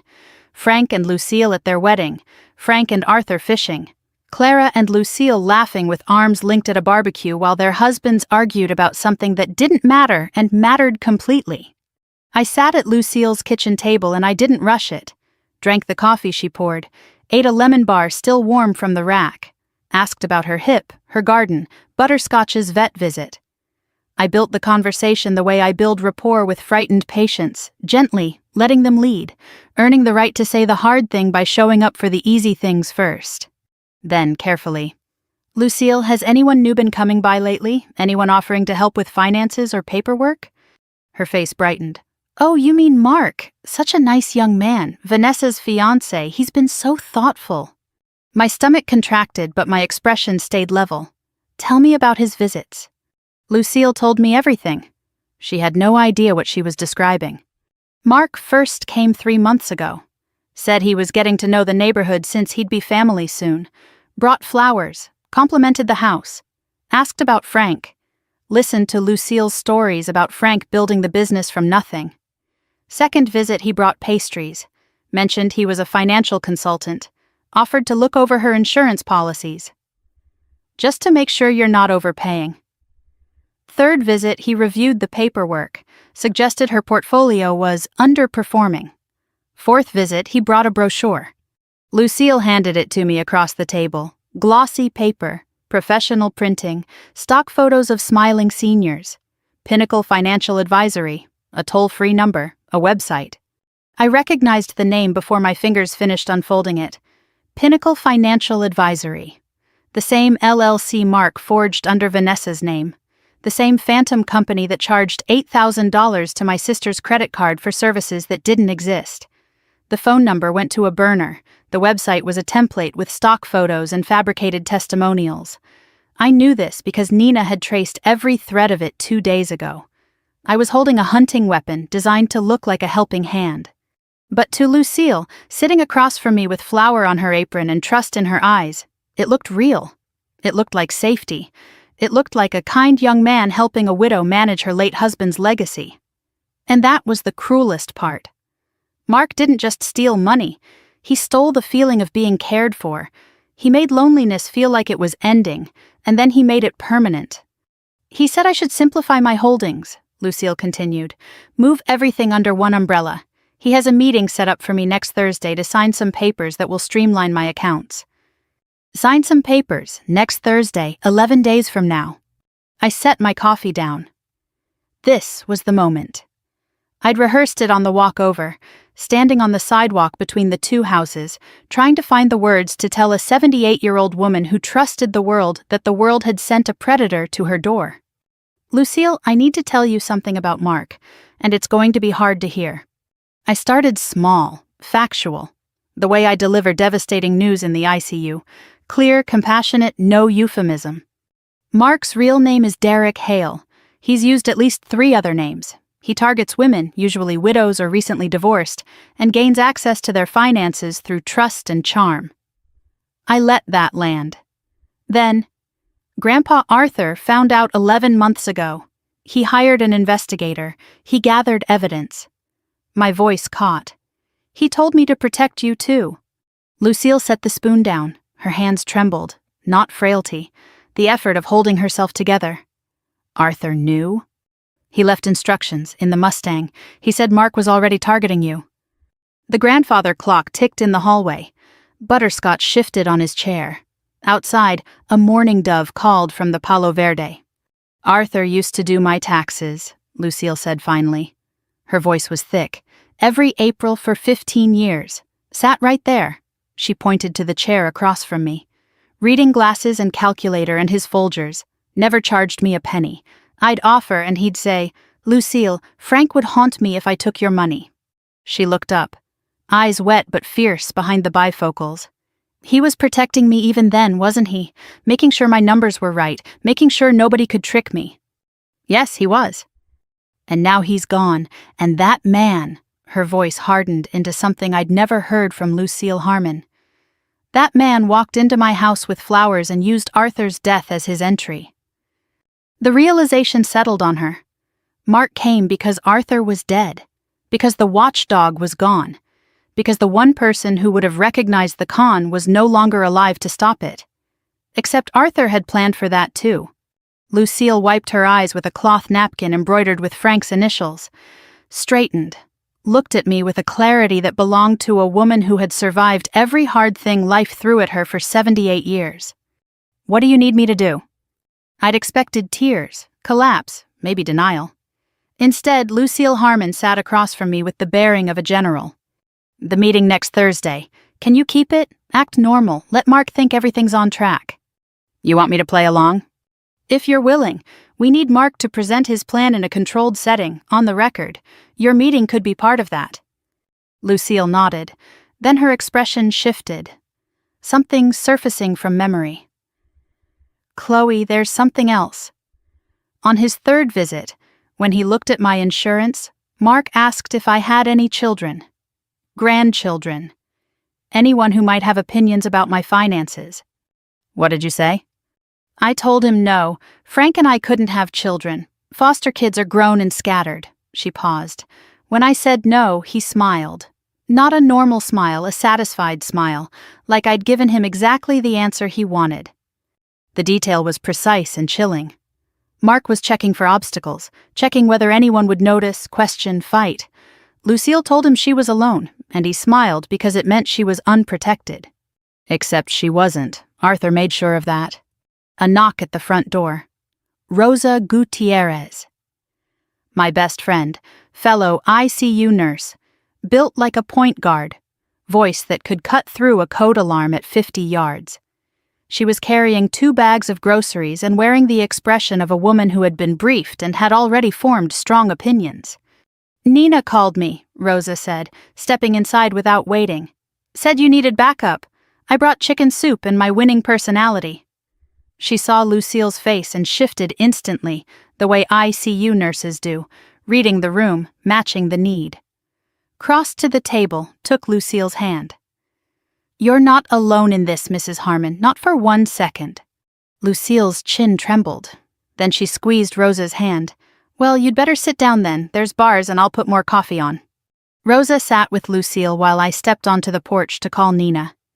Through the screen door I heard Rosa asking about the lemon bars, laughing at something Lucille said about Frank's attempts at cooking. Rosa did what she always did, made people feel seen. Her laugh filled Lucille's house the way Arthur's used to fill the house next door. Nina answered on the first ring. I told her about Thursday, Lucille's cooperation, the brochure. Nina listened. Then, I ran the brochure's phone number. Burner, same Walmart in Tempe 3 months ago. Website is a template on a cheap server, and the domain is registered under the name Frank Harmon. I went still. Frank Harmon, Lucille's dead husband. The man who worked 60-hour weeks for 40 years building something real with his hands. Mark registered his fake financial company using that man's name, using the name that was carved into a headstone in a cemetery 7 miles from here, the name Lucille still whispered to the empty side of her bed at night. He was wearing Frank's name like a costume while picking Frank's wife's pockets. The audacity wasn't just criminal, it was cruelty dressed up as paperwork. What are the papers he wants her to sign? Property transfer agreement disguised as an investment consolidation form. If Lucille signs, she transfers ownership of all 4 laundromats to Pinnacle Financial Advisory, LLC, registered under Vanessa's forged name but controlled by Mark. Estimated value of the chain, $620,000. $620,000 plus $530,000 exposed in my family. Over $1 million across 2 targets simultaneously. Total picture, Nina. Past theft across victims, approximately $1.8 million. Current exposure, your family plus Lucille, approximately $1.15 million. If he succeeds, Derek Hale's lifetime take approaches $3 million. $3 million, built on smiles and patience and the systematic destruction of trust. The surveillance photos from Arthur's folder, Nina added. The blonde woman with Mark at the coffee shops and the bank. I'm close. She appears in 2 prior case files under different names. Should have a name by tomorrow. I hung up, stepped back inside. Rosa had a notebook open and was writing while Lucille dictated. "We're making a list," Rosa said. "Every visit, every question he asked, every document he touched. Lucille remembers everything." Lucille pushed the notebook toward me. Neat handwriting. Dates, times, topics discussed. A complete log of Mark's 4 visits. A 78-year-old woman's meticulous memory, sharper than Mark ever imagined. "Arthur taught me to keep records," Lucille said quietly. "I just didn't know what I was keeping them for until now." I looked at the notebook, then at Lucille, then at Rosa. 3 women in a kitchen with lemon bars cooling on the counter, and a cat purring in the window, and a dead man's instructions folded in my pocket. We were not an army. We were a nurse, a widow, and another nurse. But we were what Arthur left behind, and he never built anything that couldn't hold weight. My phone buzzed. Unknown number, text message. "Stop digging, you don't know who you're dealing with." The desert evening went cold around me. Through the screen door, I could see Arthur's house, the open garage, the empty space where the Mustang should have been. Whoever sent that message thought they were threatening a woman alone. They were wrong about every part of that sentence. But the clock had just accelerated, and somewhere out there, Mark knew someone was coming. I stared at the text. 6 words, no punctuation, unknown number. Stop digging. You don't know who you're dealing with. ICU training. When a code alarm sounds, you don't freeze. You move. You assess. You act. I screenshotted the message, forwarded it to Nina, texted Patricia, received anonymous threat, advising. Then I put the phone in my pocket, walked back inside Lucille's kitchen, and finished my coffee with a steady hand. Everything okay? Rosa asked. Fine, just Nina with an update. I didn't tell Lucille about the text. Not tonight. Not here, where the lemon bars were cooling and butterscotch was purring, and for one brief moment the world smelled like it used to smell when Arthur was alive. I walked the 37 steps home. The desert night had dropped cold, the way Arizona does after sundown, heat draining from the earth like a held breath finally released. Stars visible. Coyotes yipping somewhere in the wash behind the neighborhood. Familiar sounds, almost comforting, but tonight every shadow had edges. I locked Arthur's front door, checked the windows, checked the garage, still empty, still smelling of oil and absence. Set the alarm system Arthur installed 3 years ago that I'd never bothered to use until now. My phone buzzed. Nina. Traced the text. Burner phone.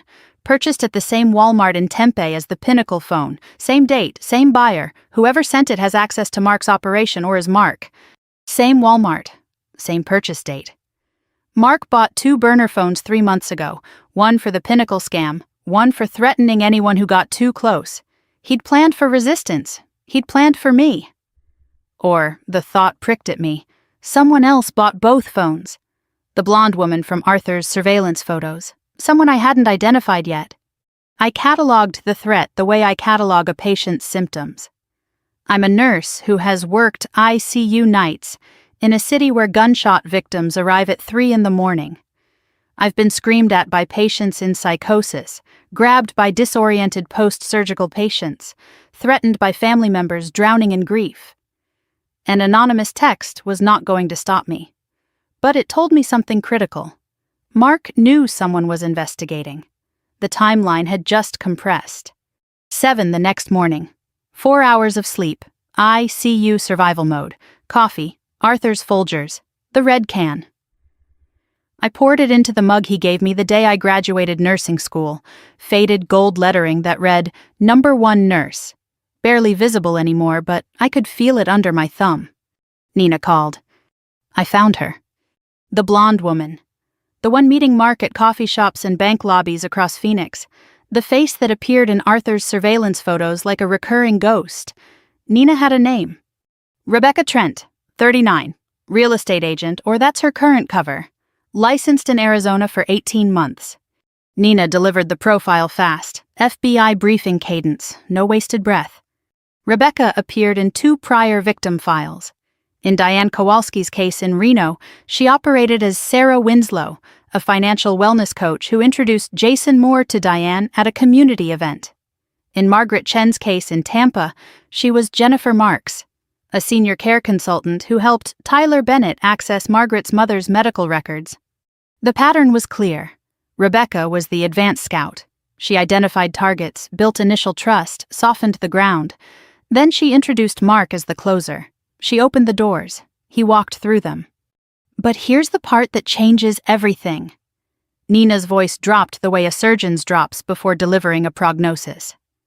Rebecca Trent and Derek Hale were married in Clark County, Nevada in 2014. I pulled the marriage certificate this morning. There is no record of divorce, no annulment, nothing. The kitchen tilted. I set my coffee down carefully. Mark is still legally married to Rebecca. Correct, which means the marriage license he filed with Vanessa is fraudulent. If the Dubai wedding proceeds, it's bigamy, a felony in both Arizona and wherever they marry. Mark wasn't just a con artist. He was planning to commit bigamy, to stand beside my sister in a Dubai venue and say vows that were legally meaningless, while his actual wife sat in a Scottsdale apartment managing the financial infrastructure of their operation. Every document Vanessa would sign as Mrs. Dalton would be void. Every financial instrument tied to the marriage would be contestable. And Mark knew this. He was counting on it. By the time anyone discovered the marriage was invalid, he'd be gone with the money. There's more, Nina said. Rebecca met with Vanessa 2 days ago. Coffee shop in Tempe. Introduced herself as a wedding planner, complimentary consultation. I have surveillance photos. Rebecca had documents on the table. Did Vanessa sign anything? Couldn't get close enough to see, but the documents were open and Vanessa was leaning over them. I worked my scheduled 12-hour shift that night. Hadn't taken a sick day in 3 years and I wasn't about to start. Not when Mark might be monitoring my routine the way he'd monitored it before the car was sold. Normal. Everything had to look normal. The ICU was its own world. Beeping monitors, hushed conversations, the squeak of sneakers on polished floors, the constant low-grade tension of lives held in mechanical balance. I moved through it with the efficiency of a decade of practice. IV adjustments, vitals checks, charting. The work steadied me, gave my hands something to do besides clench. Rosa was on the same shift. Between patient rounds, we talked in the break room with the door closed and our voices low. "How are you holding up?" Rosa asked, handing me a protein bar. "I'm holding." "That's not the same thing." "No, it's not." At 2 a.m, I went to my locker for a granola bar, opened it and stopped. My bag was facing the wrong direction. The zipper was on the left. I always put it on the right, always.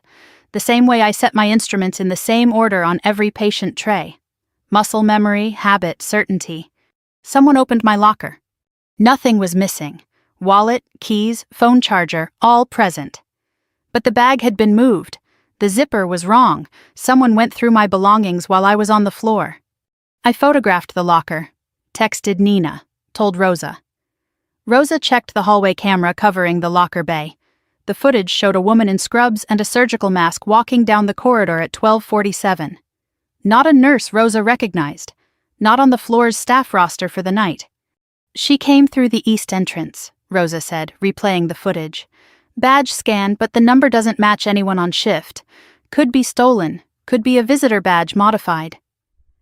A stranger in scrubs had searched my locker in the middle of the night. The anonymous text was not an empty threat. Someone was close, watching, probing, testing whether fear would make me stop. I took the protein bar out of the locker, ate it standing up, and went back to my patients. But the radar was fully engaged now. The ICU radar, the one that catches the flicker before the flatline, was no longer pointed at heart monitors. It was pointed at every unfamiliar face in the hallway. 4:30 a.m, charting at the nurse's station. My phone vibrated. Vanessa. "Hey, sis." Her voice was bright, too bright. The kind of brightness that has been rehearsed in front of someone coaching every line. "Mark and I were talking, and we feel bad about how things went with the car. He really does. He wants to make it up to you." I closed my eyes. I could almost hear Mark's voice behind her words. Coaching. Scripting. "He'd love to take us all to dinner this Friday. Just family. Talk things out. He's been stressed with the wedding planning and he knows he came on too strong." This was a probe. Mark was using Vanessa to test my emotional state. Was I still angry? Suspicious? Had I done anything? The invitation was not reconciliation. It was reconnaissance. I made the decision in 2 seconds. Same speed I decide whether a patient needs intervention or observation. "That sounds nice, Vanessa. I'd like that." I delivered it perfectly. Warm, slightly tired, the voice of a woman who'd been working 12 hours and wanted peace with her family. No edge, no suspicion, just a sister who missed her sister. "Really?" Vanessa's relief was genuine. She wasn't acting. She truly wanted her family to get along. That sincerity, weaponized by Mark into a delivery system, made my chest ache. "Really? Tell Mark I appreciate it. Where were you thinking?"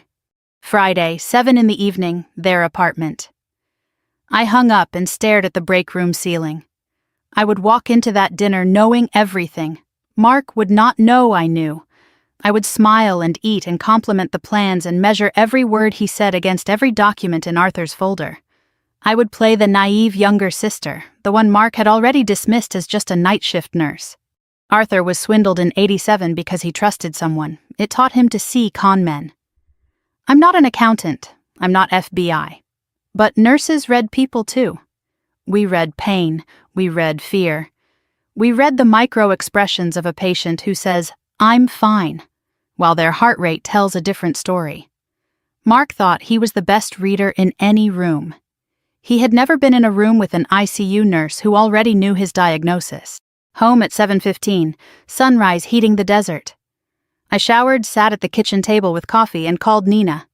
I updated her, the text, the locker, the dinner. Nina processed silently.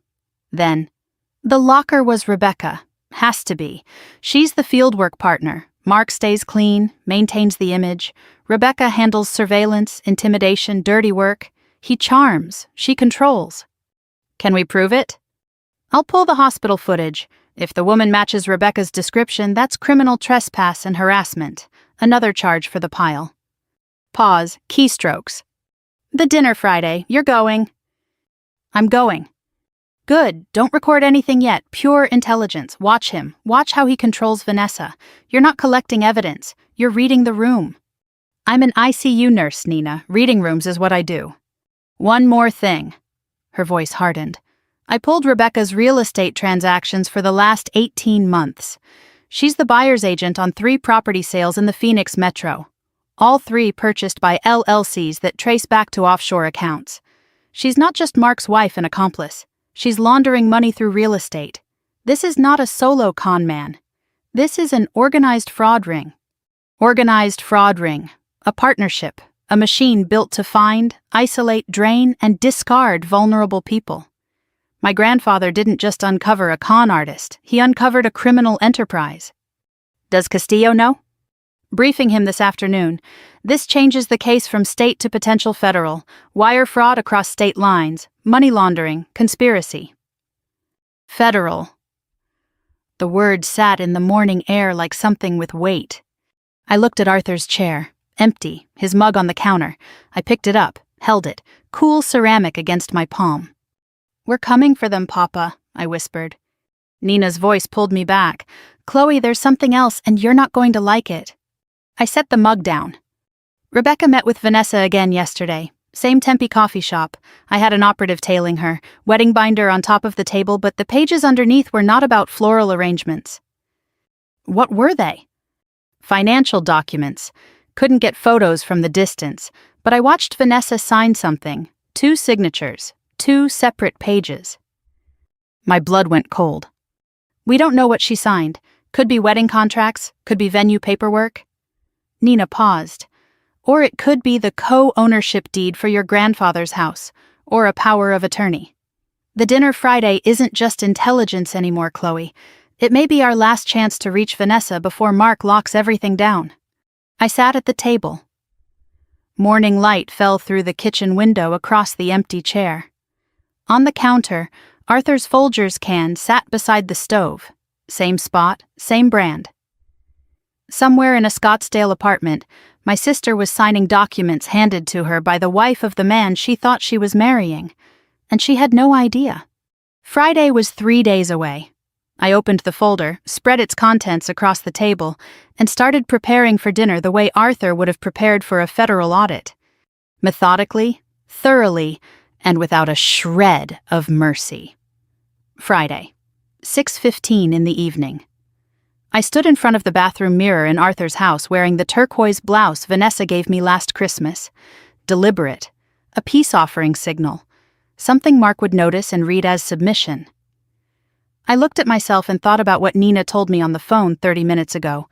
Don't record. Don't confront. Don't mention Harold, the folder, the bonds, or Lucille. You're there to observe. Watch how he controls Vanessa. Watch his body language when money comes up. And find out what she signed with Rebecca. Rosa texted, "You got this. Read the room like a 12-lead EKG. If anything flatlines, get out." I picked up Arthur's Diamondbacks mug from the counter, held it for 3 seconds. A ritual now, a touchstone. Wish me luck, Papa. I drove to Scottsdale in the F-250. Desert sunset doing its thing, burnt orange melting into purple over the McDowell Mountains. Beautiful, indifferent. Arizona does not care about human drama. It just keeps burning. Pulling into the apartment complex, I noticed something I'd missed on every previous visit. The Audi was parked in a space marked Reserved, Unit 4C. But Vanessa told me they lived in 2B. Mark had a reserved space for a different unit. Why would a renter in a one-bedroom apartment need that? I filed it. Said nothing. ICU nurses collect data before diagnosing. The apartment was second floor, one bedroom, rented furniture trying hard to look owned. Generic art on the walls, the kind that comes with corporate housing packages. The kitchen smelled like garlic and rosemary. Vanessa had cooked. She always cooks when she's anxious. Arthur did the same thing. Stress meant elaborate meals. Mark opened the door. Smile first, always the smile first. "Chloe, I'm glad you came." He extended his hand. I took it. Noted the watch. Not the Omega from 10 days ago. A Breitling. 2 luxury watches in 10 days for a man who needed $28,000 from a 60-year-old car.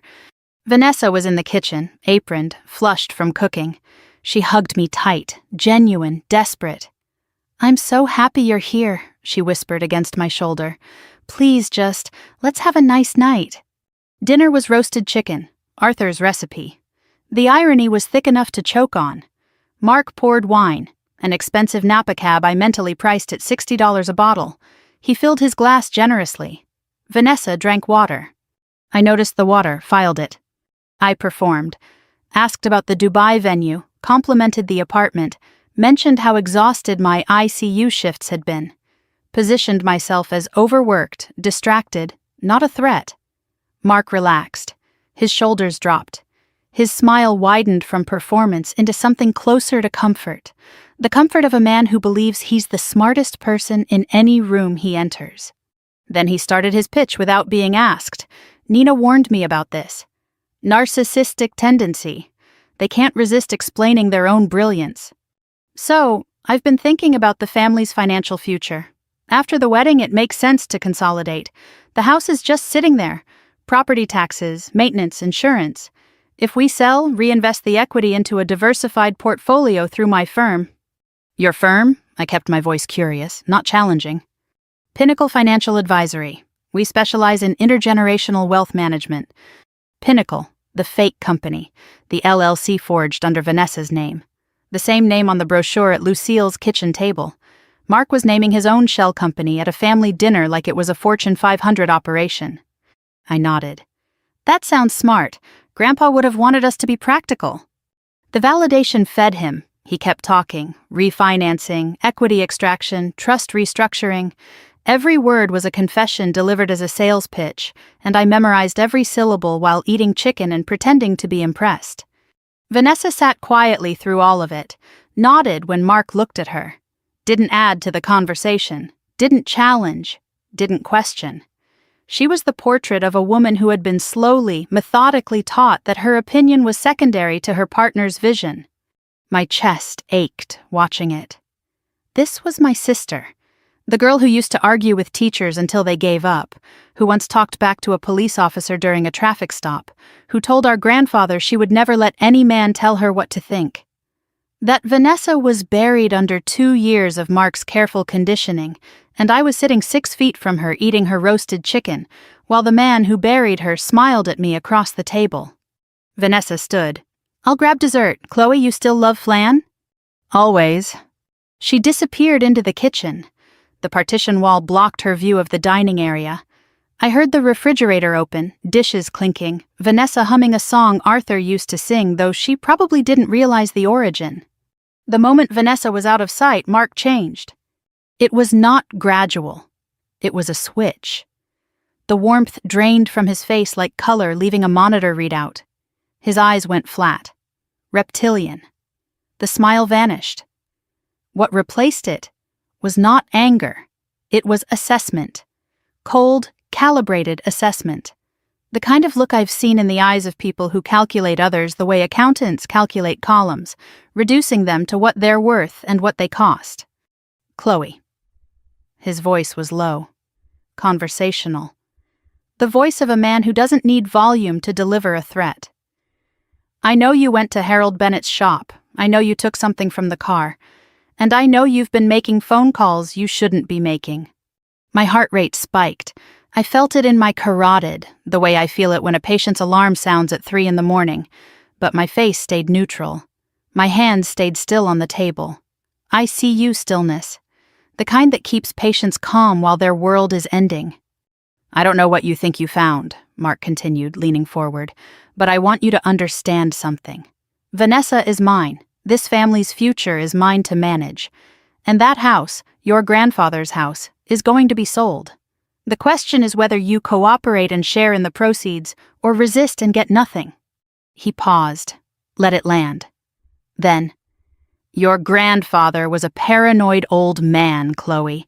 Whatever he left in that car was the ramblings of someone who couldn't accept that his granddaughter chose a better life. Don't make the same mistake he did. The word mistake. It hit different when I knew how Arthur died. Alone at his desk, headaches and dizzy spells he hid from everyone, working to protect his family from the man sitting 3 feet from me with a Breitling on his wrist and dead eyes behind a salesman's face. I did not flinch, did not argue, did not reveal a single card. I just want peace, Mark. I miss my sister. That's all I came for tonight. He studied me for 3 beats. Then the switch flipped. Warmth flooded back. The smile returned. The charming fiancé reappeared exactly as Vanessa rounded the corner carrying flan on a tray.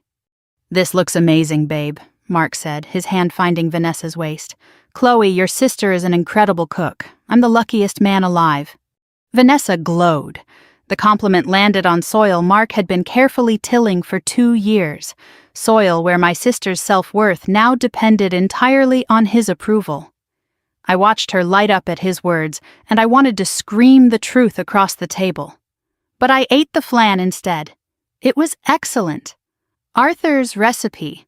The taste of it almost undid me. The rest of the dinner was theater. I asked about the guest list. Small, Mark said. Just close friends. Which meant no witnesses who knew Vanessa's real life. I asked about the honeymoon. Dubai, then maybe the Maldives. Or maybe the Cayman Islands, where Nina traced his offshore accounts. I smiled through all of it and filed every word. Then, casually, putting on my jacket by the door, Vanessa, Mark mentioned Pinnacle Financial. Did you guys already start getting things organized? I thought I saw some paperwork on the table last time. Vanessa hesitated, glanced at Mark. He gave the micro-nod. Permission. Oh, that's just some preliminary stuff Rebecca helped me with. She's our wedding planner, but she also does financial consulting. She helped me sign a few things, power of attorney for Mark, so he can handle the house paperwork while we're in Dubai, and some investment authorization forms. Power of attorney. Confirmed.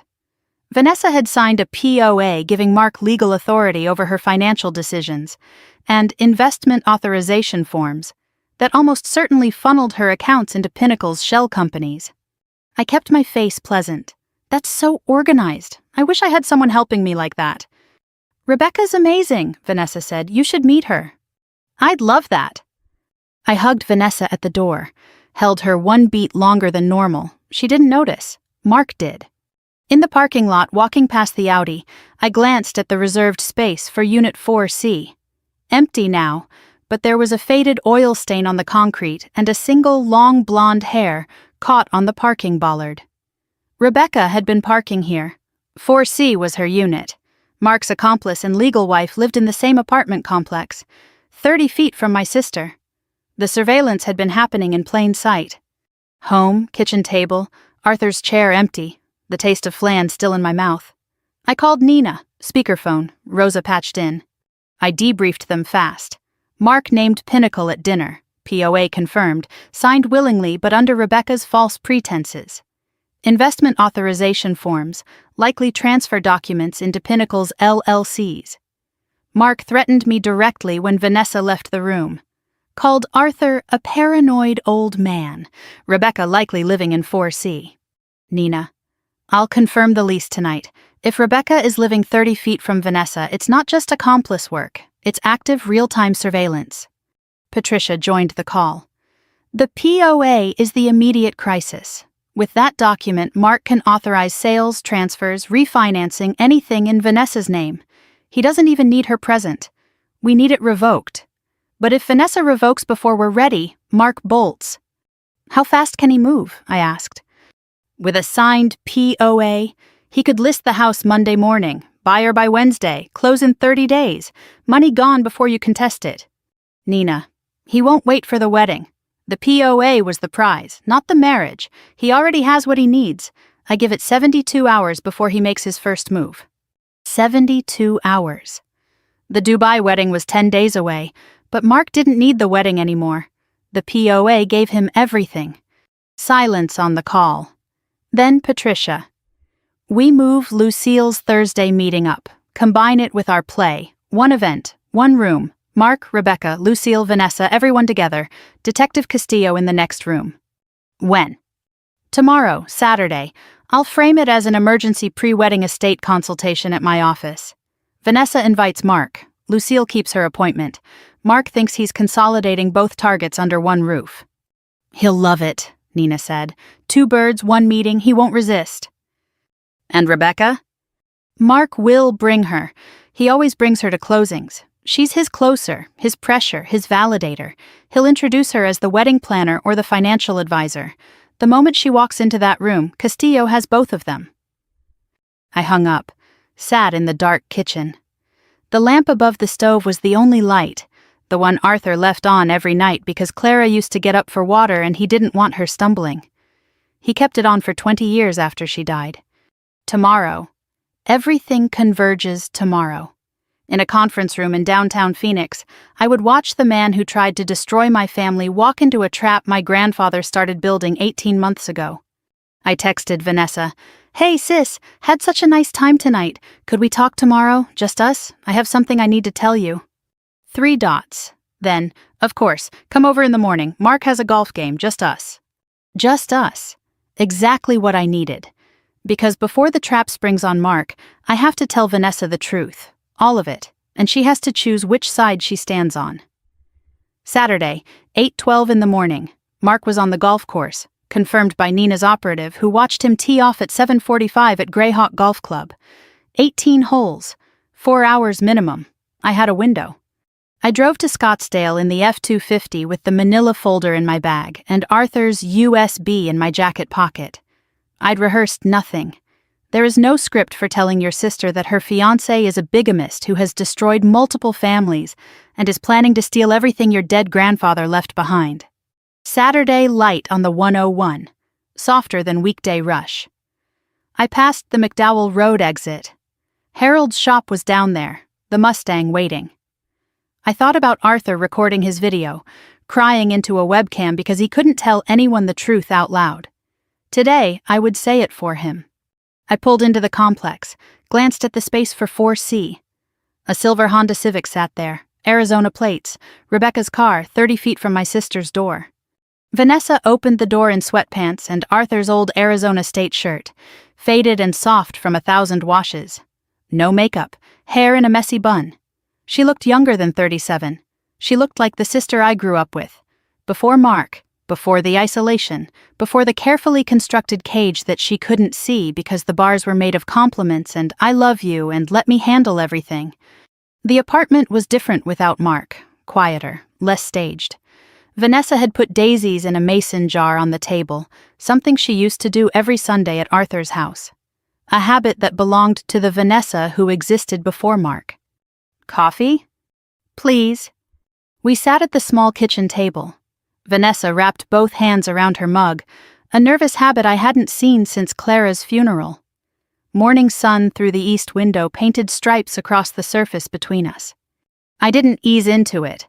I've learned from the ICU that bad news delivered slowly is bad news delivered twice, once in the anticipation and once in the words.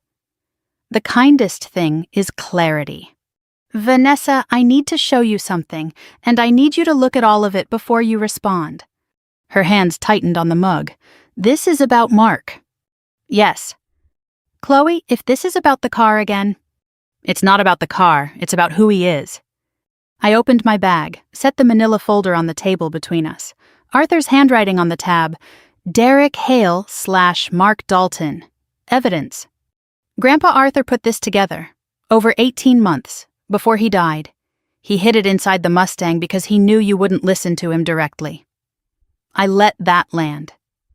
He tried, Vanessa. 3 months before his stroke, he sat you down and showed you what he'd found. Vanessa stared at the folder, Recognition, confusion, resistance crossed her face in waves. "He told me he was worried about Mark's intentions," Vanessa said quietly. "I told him he was being overprotective, that he couldn't stand seeing me happy because—" She stopped, looked at the folder. "Because he was losing control." He wasn't losing control, he was losing time. The sentence hung between us. Vanessa's eyes went glassy, but she didn't open the folder. Not yet. "What's inside?" "The truth, all of it, and it's going to hurt, but you need to see it the way you'd want to see a diagnosis. Complete, accurate, no soft edges." Vanessa reached for the folder. Her hand trembled. She opened it. I walked her through it the way I lay out instruments on a surgical tray. Order matters, sequence matters. You don't start with the worst thing, you build. First, the Nevada DMV photo.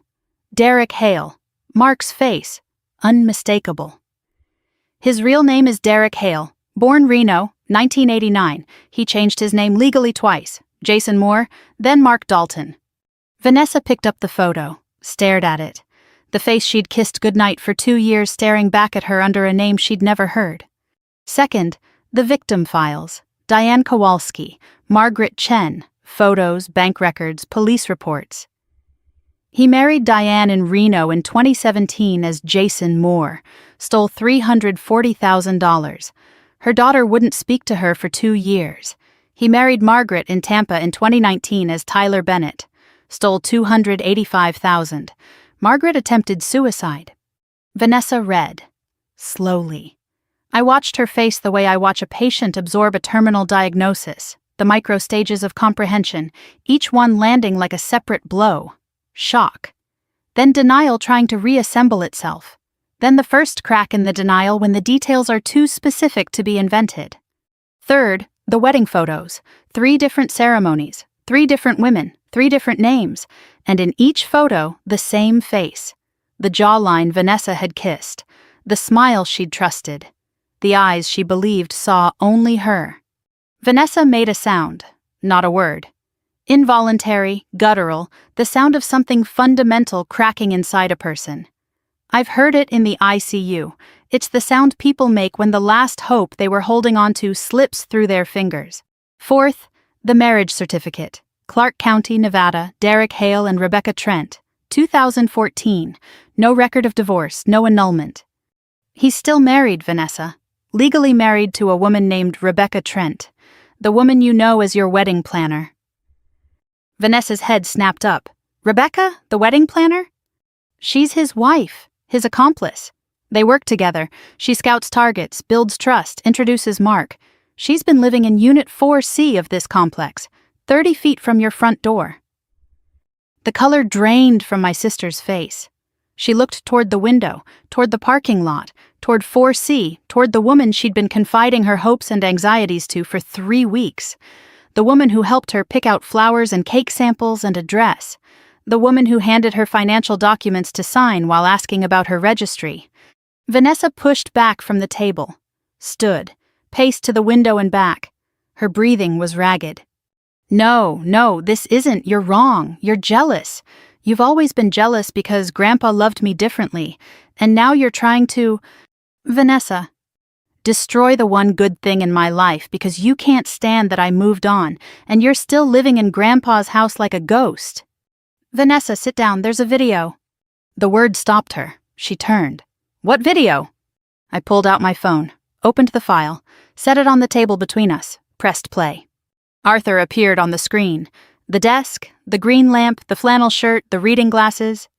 Chloe, if you're watching this, then I didn't make it. Vanessa sank into her chair. Her hand covered her mouth. Arthur's voice filled the apartment. Vanessa is not at fault. She is a victim.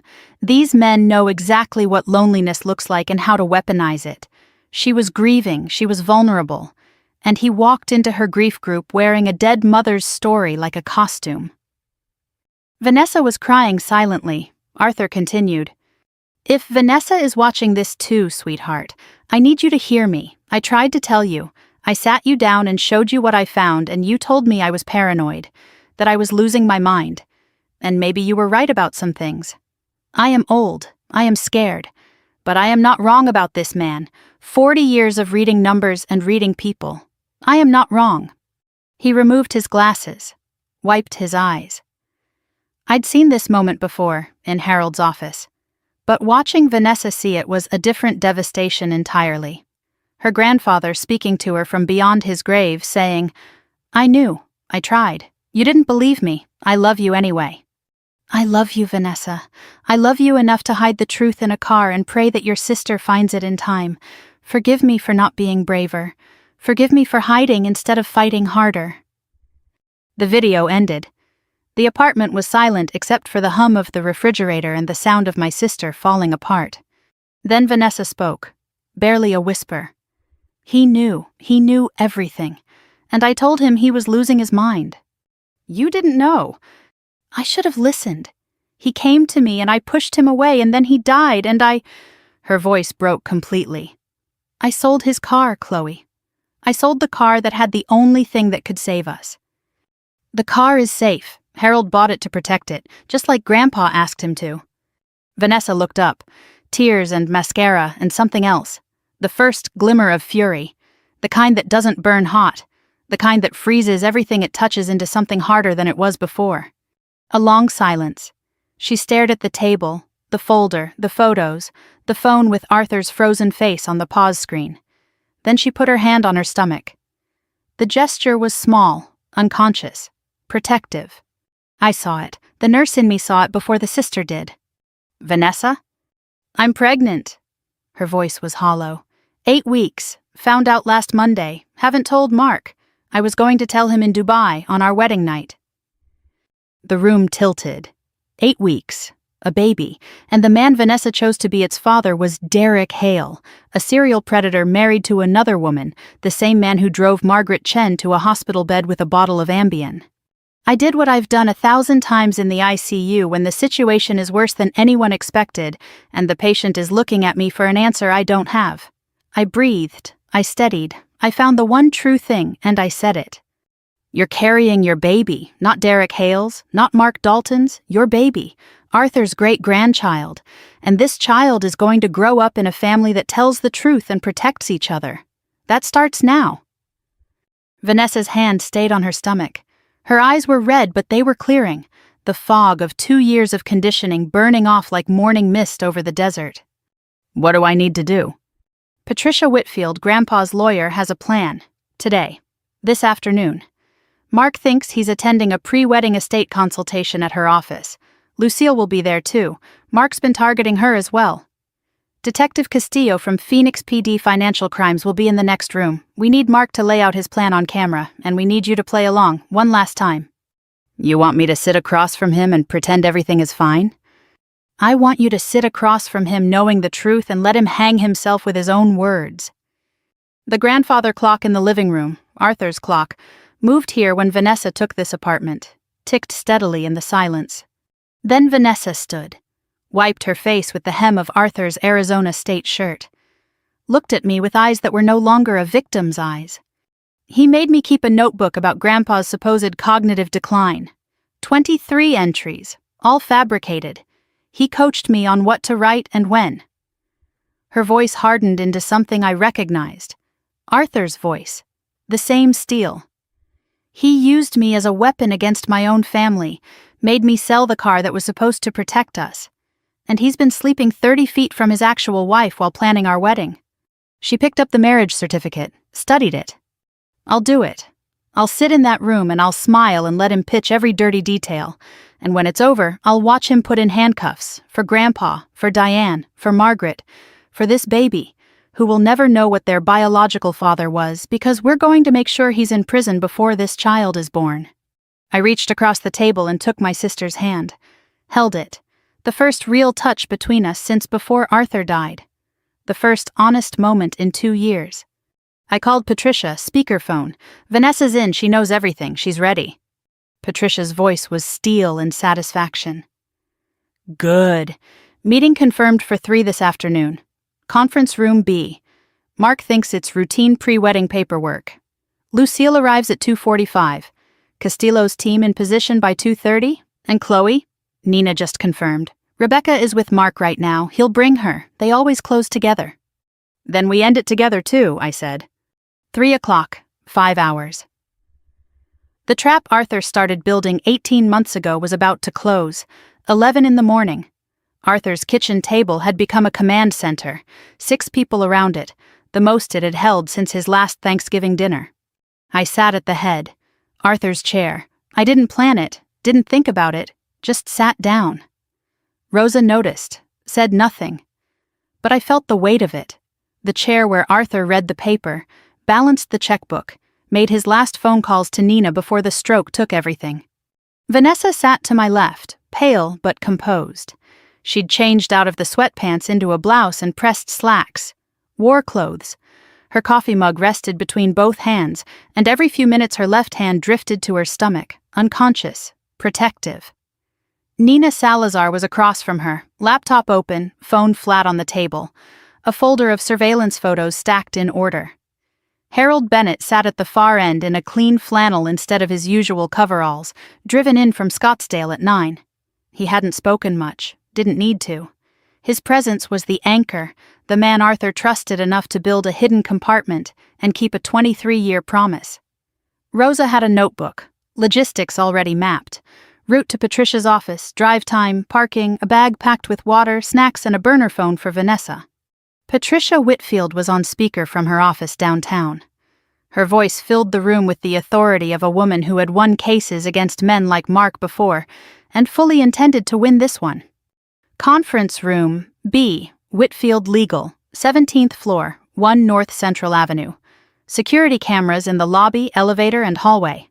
The conference room has 2 cameras, one visible, one concealed. Arizona is a one-party consent state. As long as one person present consents to recording, and I consent, everything Mark says is admissible. She continued. Detective Castillo and 1 officer will be in conference room A, separated by a shared wall and a one-way observation window. Live audio-video feed. If Mark makes statements consistent with fraud, identity theft, or conspiracy, Castillo executes the arrest warrant on the spot. Arrest warrant? I asked. Signed by Judge Torres at 9:15 this morning.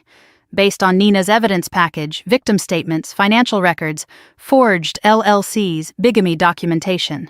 The warrant covers Derek Hale, also known as Mark Dalton, Jason Moore, Tyler Bennett.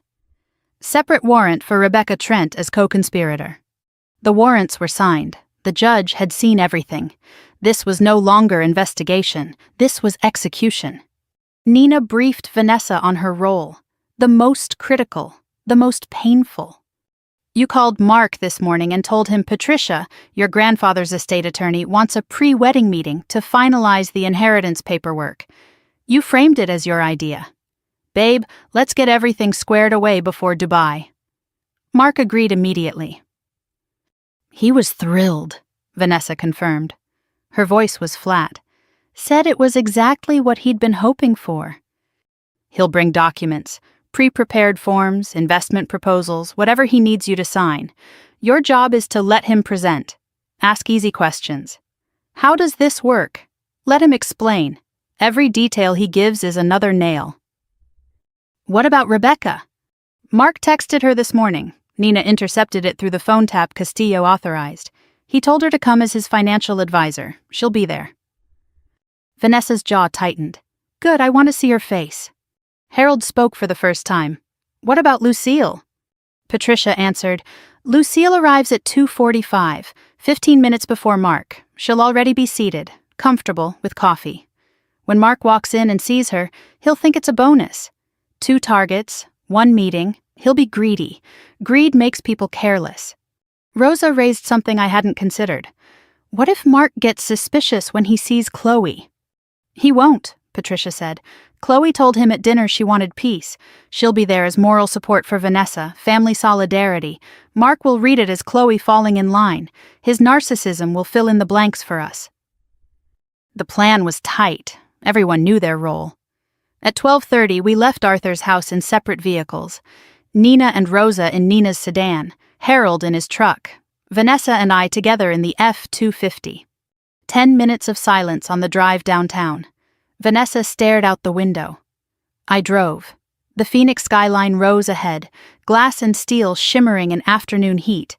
Somewhere inside that skyline, Patricia's conference room was waiting, cameras rolling, Castillo briefing his team.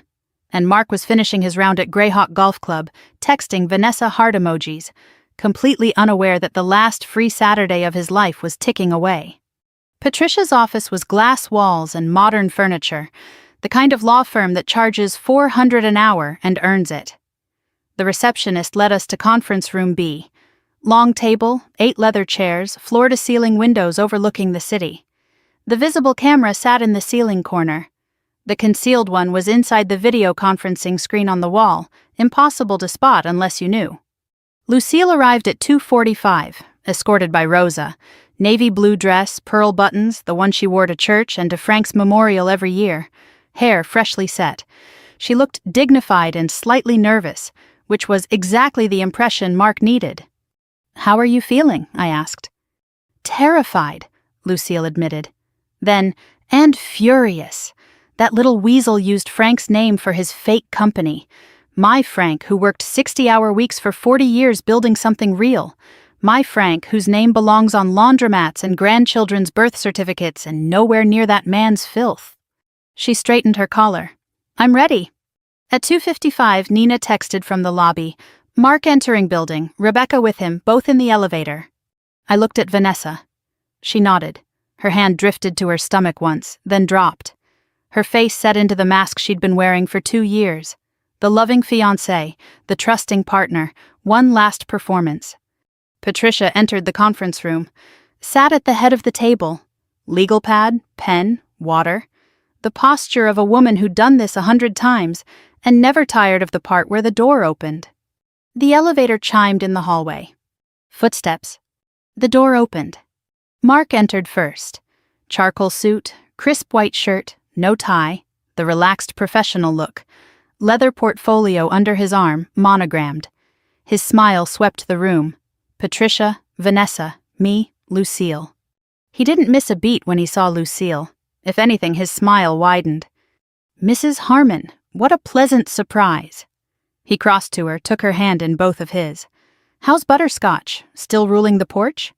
He remembered the cat's name. He remembered the porch. Details collected during his 4 visits to her home, filed away the way a predator memorizes the layout of a henhouse. Lucille smiled, played her part.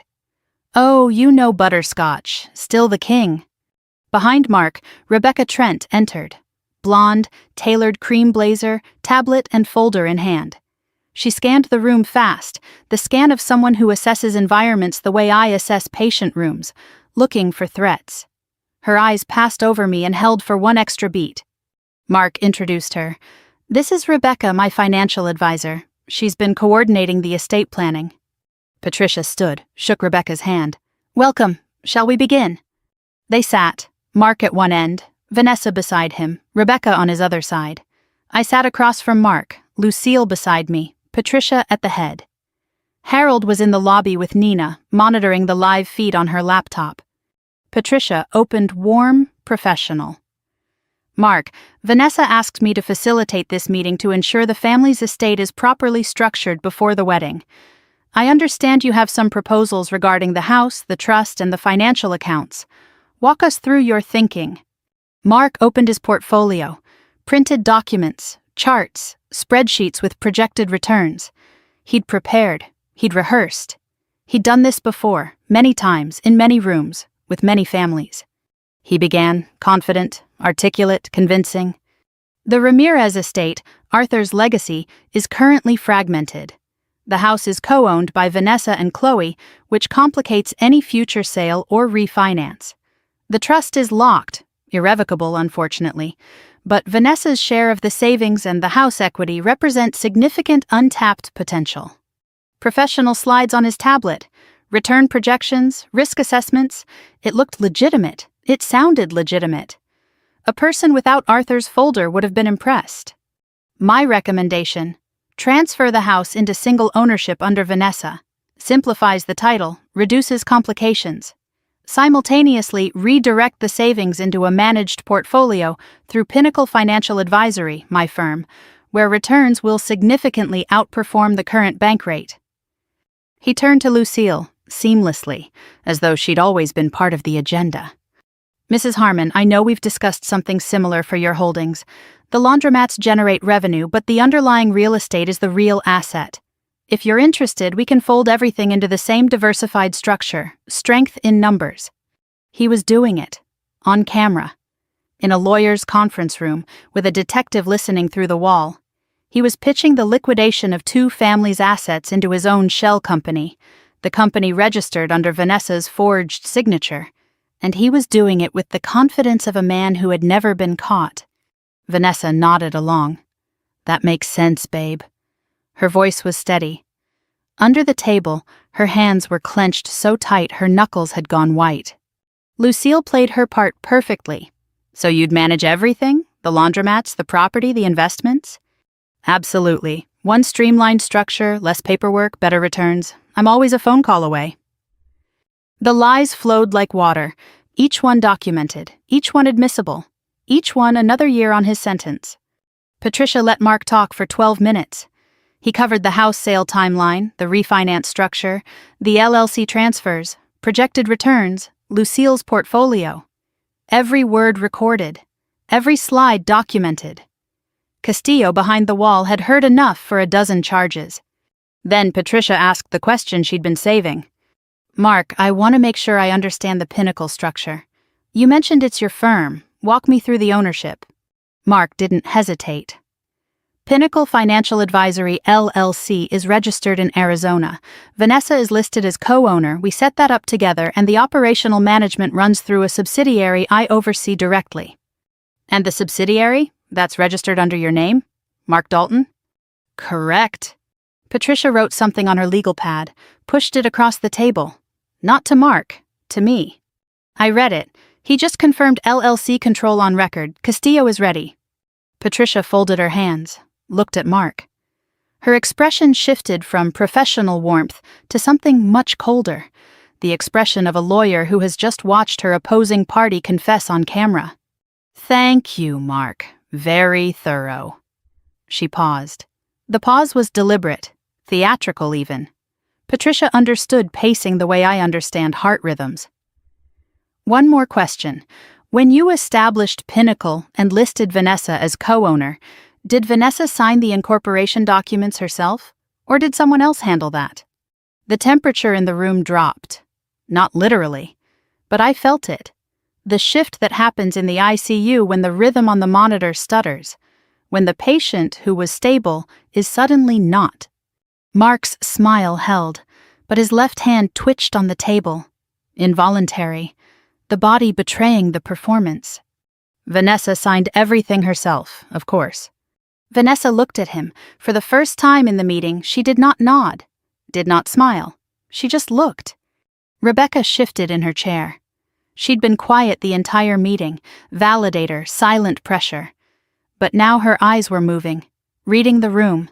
Something was wrong, and she could feel it the way a predator feels the edge of a trap closing. Her gaze landed on me, held. Then she looked at the conference room door, the one that connected to conference room A. The door opened. Detective Ray Castillo stepped through. 52 years old, built like a middleweight, badge on his belt, weapon holstered. Behind him, a second officer, both in plain clothes, both radiating the particular calm of law enforcement entering a controlled space where every variable has been accounted for. Mark's smile died, not gradually, instantly, like a monitor going flatline. Mr. Dalton, Castillo said. He stopped, corrected himself. The correction was deliberate, surgical. Mr. Hale, I'm Detective Ray Castillo, Phoenix PD Financial Crimes Division. Please remain seated. Mark's eyes darted. To the door. To the windows, 17th floor, no exit. To Rebecca, whose face had gone chalk white. To Vanessa, who was looking at him the way you look at something you have finally identified after years of misdiagnosis. There seems to be a misunderstanding. The charm was back, reflexive, automatic, a drowning man grabbing for the only lifeline he'd ever known. I'm a financial consultant. This is a routine estate meeting. My fiancé can confirm. Your fiancé, Castillo said, pulling out a document. Or your wife? He set the Clark County marriage certificate on the table. Rebecca Trent and Derek Hale, 2014. Active, no dissolution. The room held its breath. 3 seconds of absolute silence. The marriage certificate sat on the conference table between Mark and Castillo like a lit fuse. Fluorescent lights hummed. Somewhere 17 floors below, Phoenix traffic moved and did not care. Then Mark's face moved. I watched it happen with the clinical precision I use to read a patient crashing. The stages of a system failing, playing out in real time across the features of a man who had controlled every room he'd entered for 15 years. Denial first, the charm reloaded, automatic, muscular. Detective, there's been a misunderstanding. I'm Mark Dalton, financial consultant. This is my fiancée, Vanessa Ramirez. Routine estate meeting. I have no idea what this document is. Steady, reasonable. He gestured toward the certificate without touching it. Castillo didn't respond. Let the silence work. Mark pivoted to Vanessa. His hand reached across the table for hers. Babe, tell them who I am. Tell them we're getting married in 9 days. Vanessa did not take his hand. She did not speak. She did not move. She sat with both hands flat on the table and looked at Mark with an expression I had never seen on my sister's face. Not grief, not anger, recognition. The terrible final recognition of seeing someone clearly for the first time after years of watching a performance. Mark's hand hovered in the air between them. Empty. Vanessa's refusal to take it was louder than any accusation anyone in that room could have made. He pivoted to Patricia. Ms. Whitfield, this is highly irregular, producing unverified documents in a client meeting. I'd like to call my lawyer. Patricia leaned back. You're welcome to call your attorney, Mr. Hale. But everything said in this room for the past 23 minutes has been recorded legally.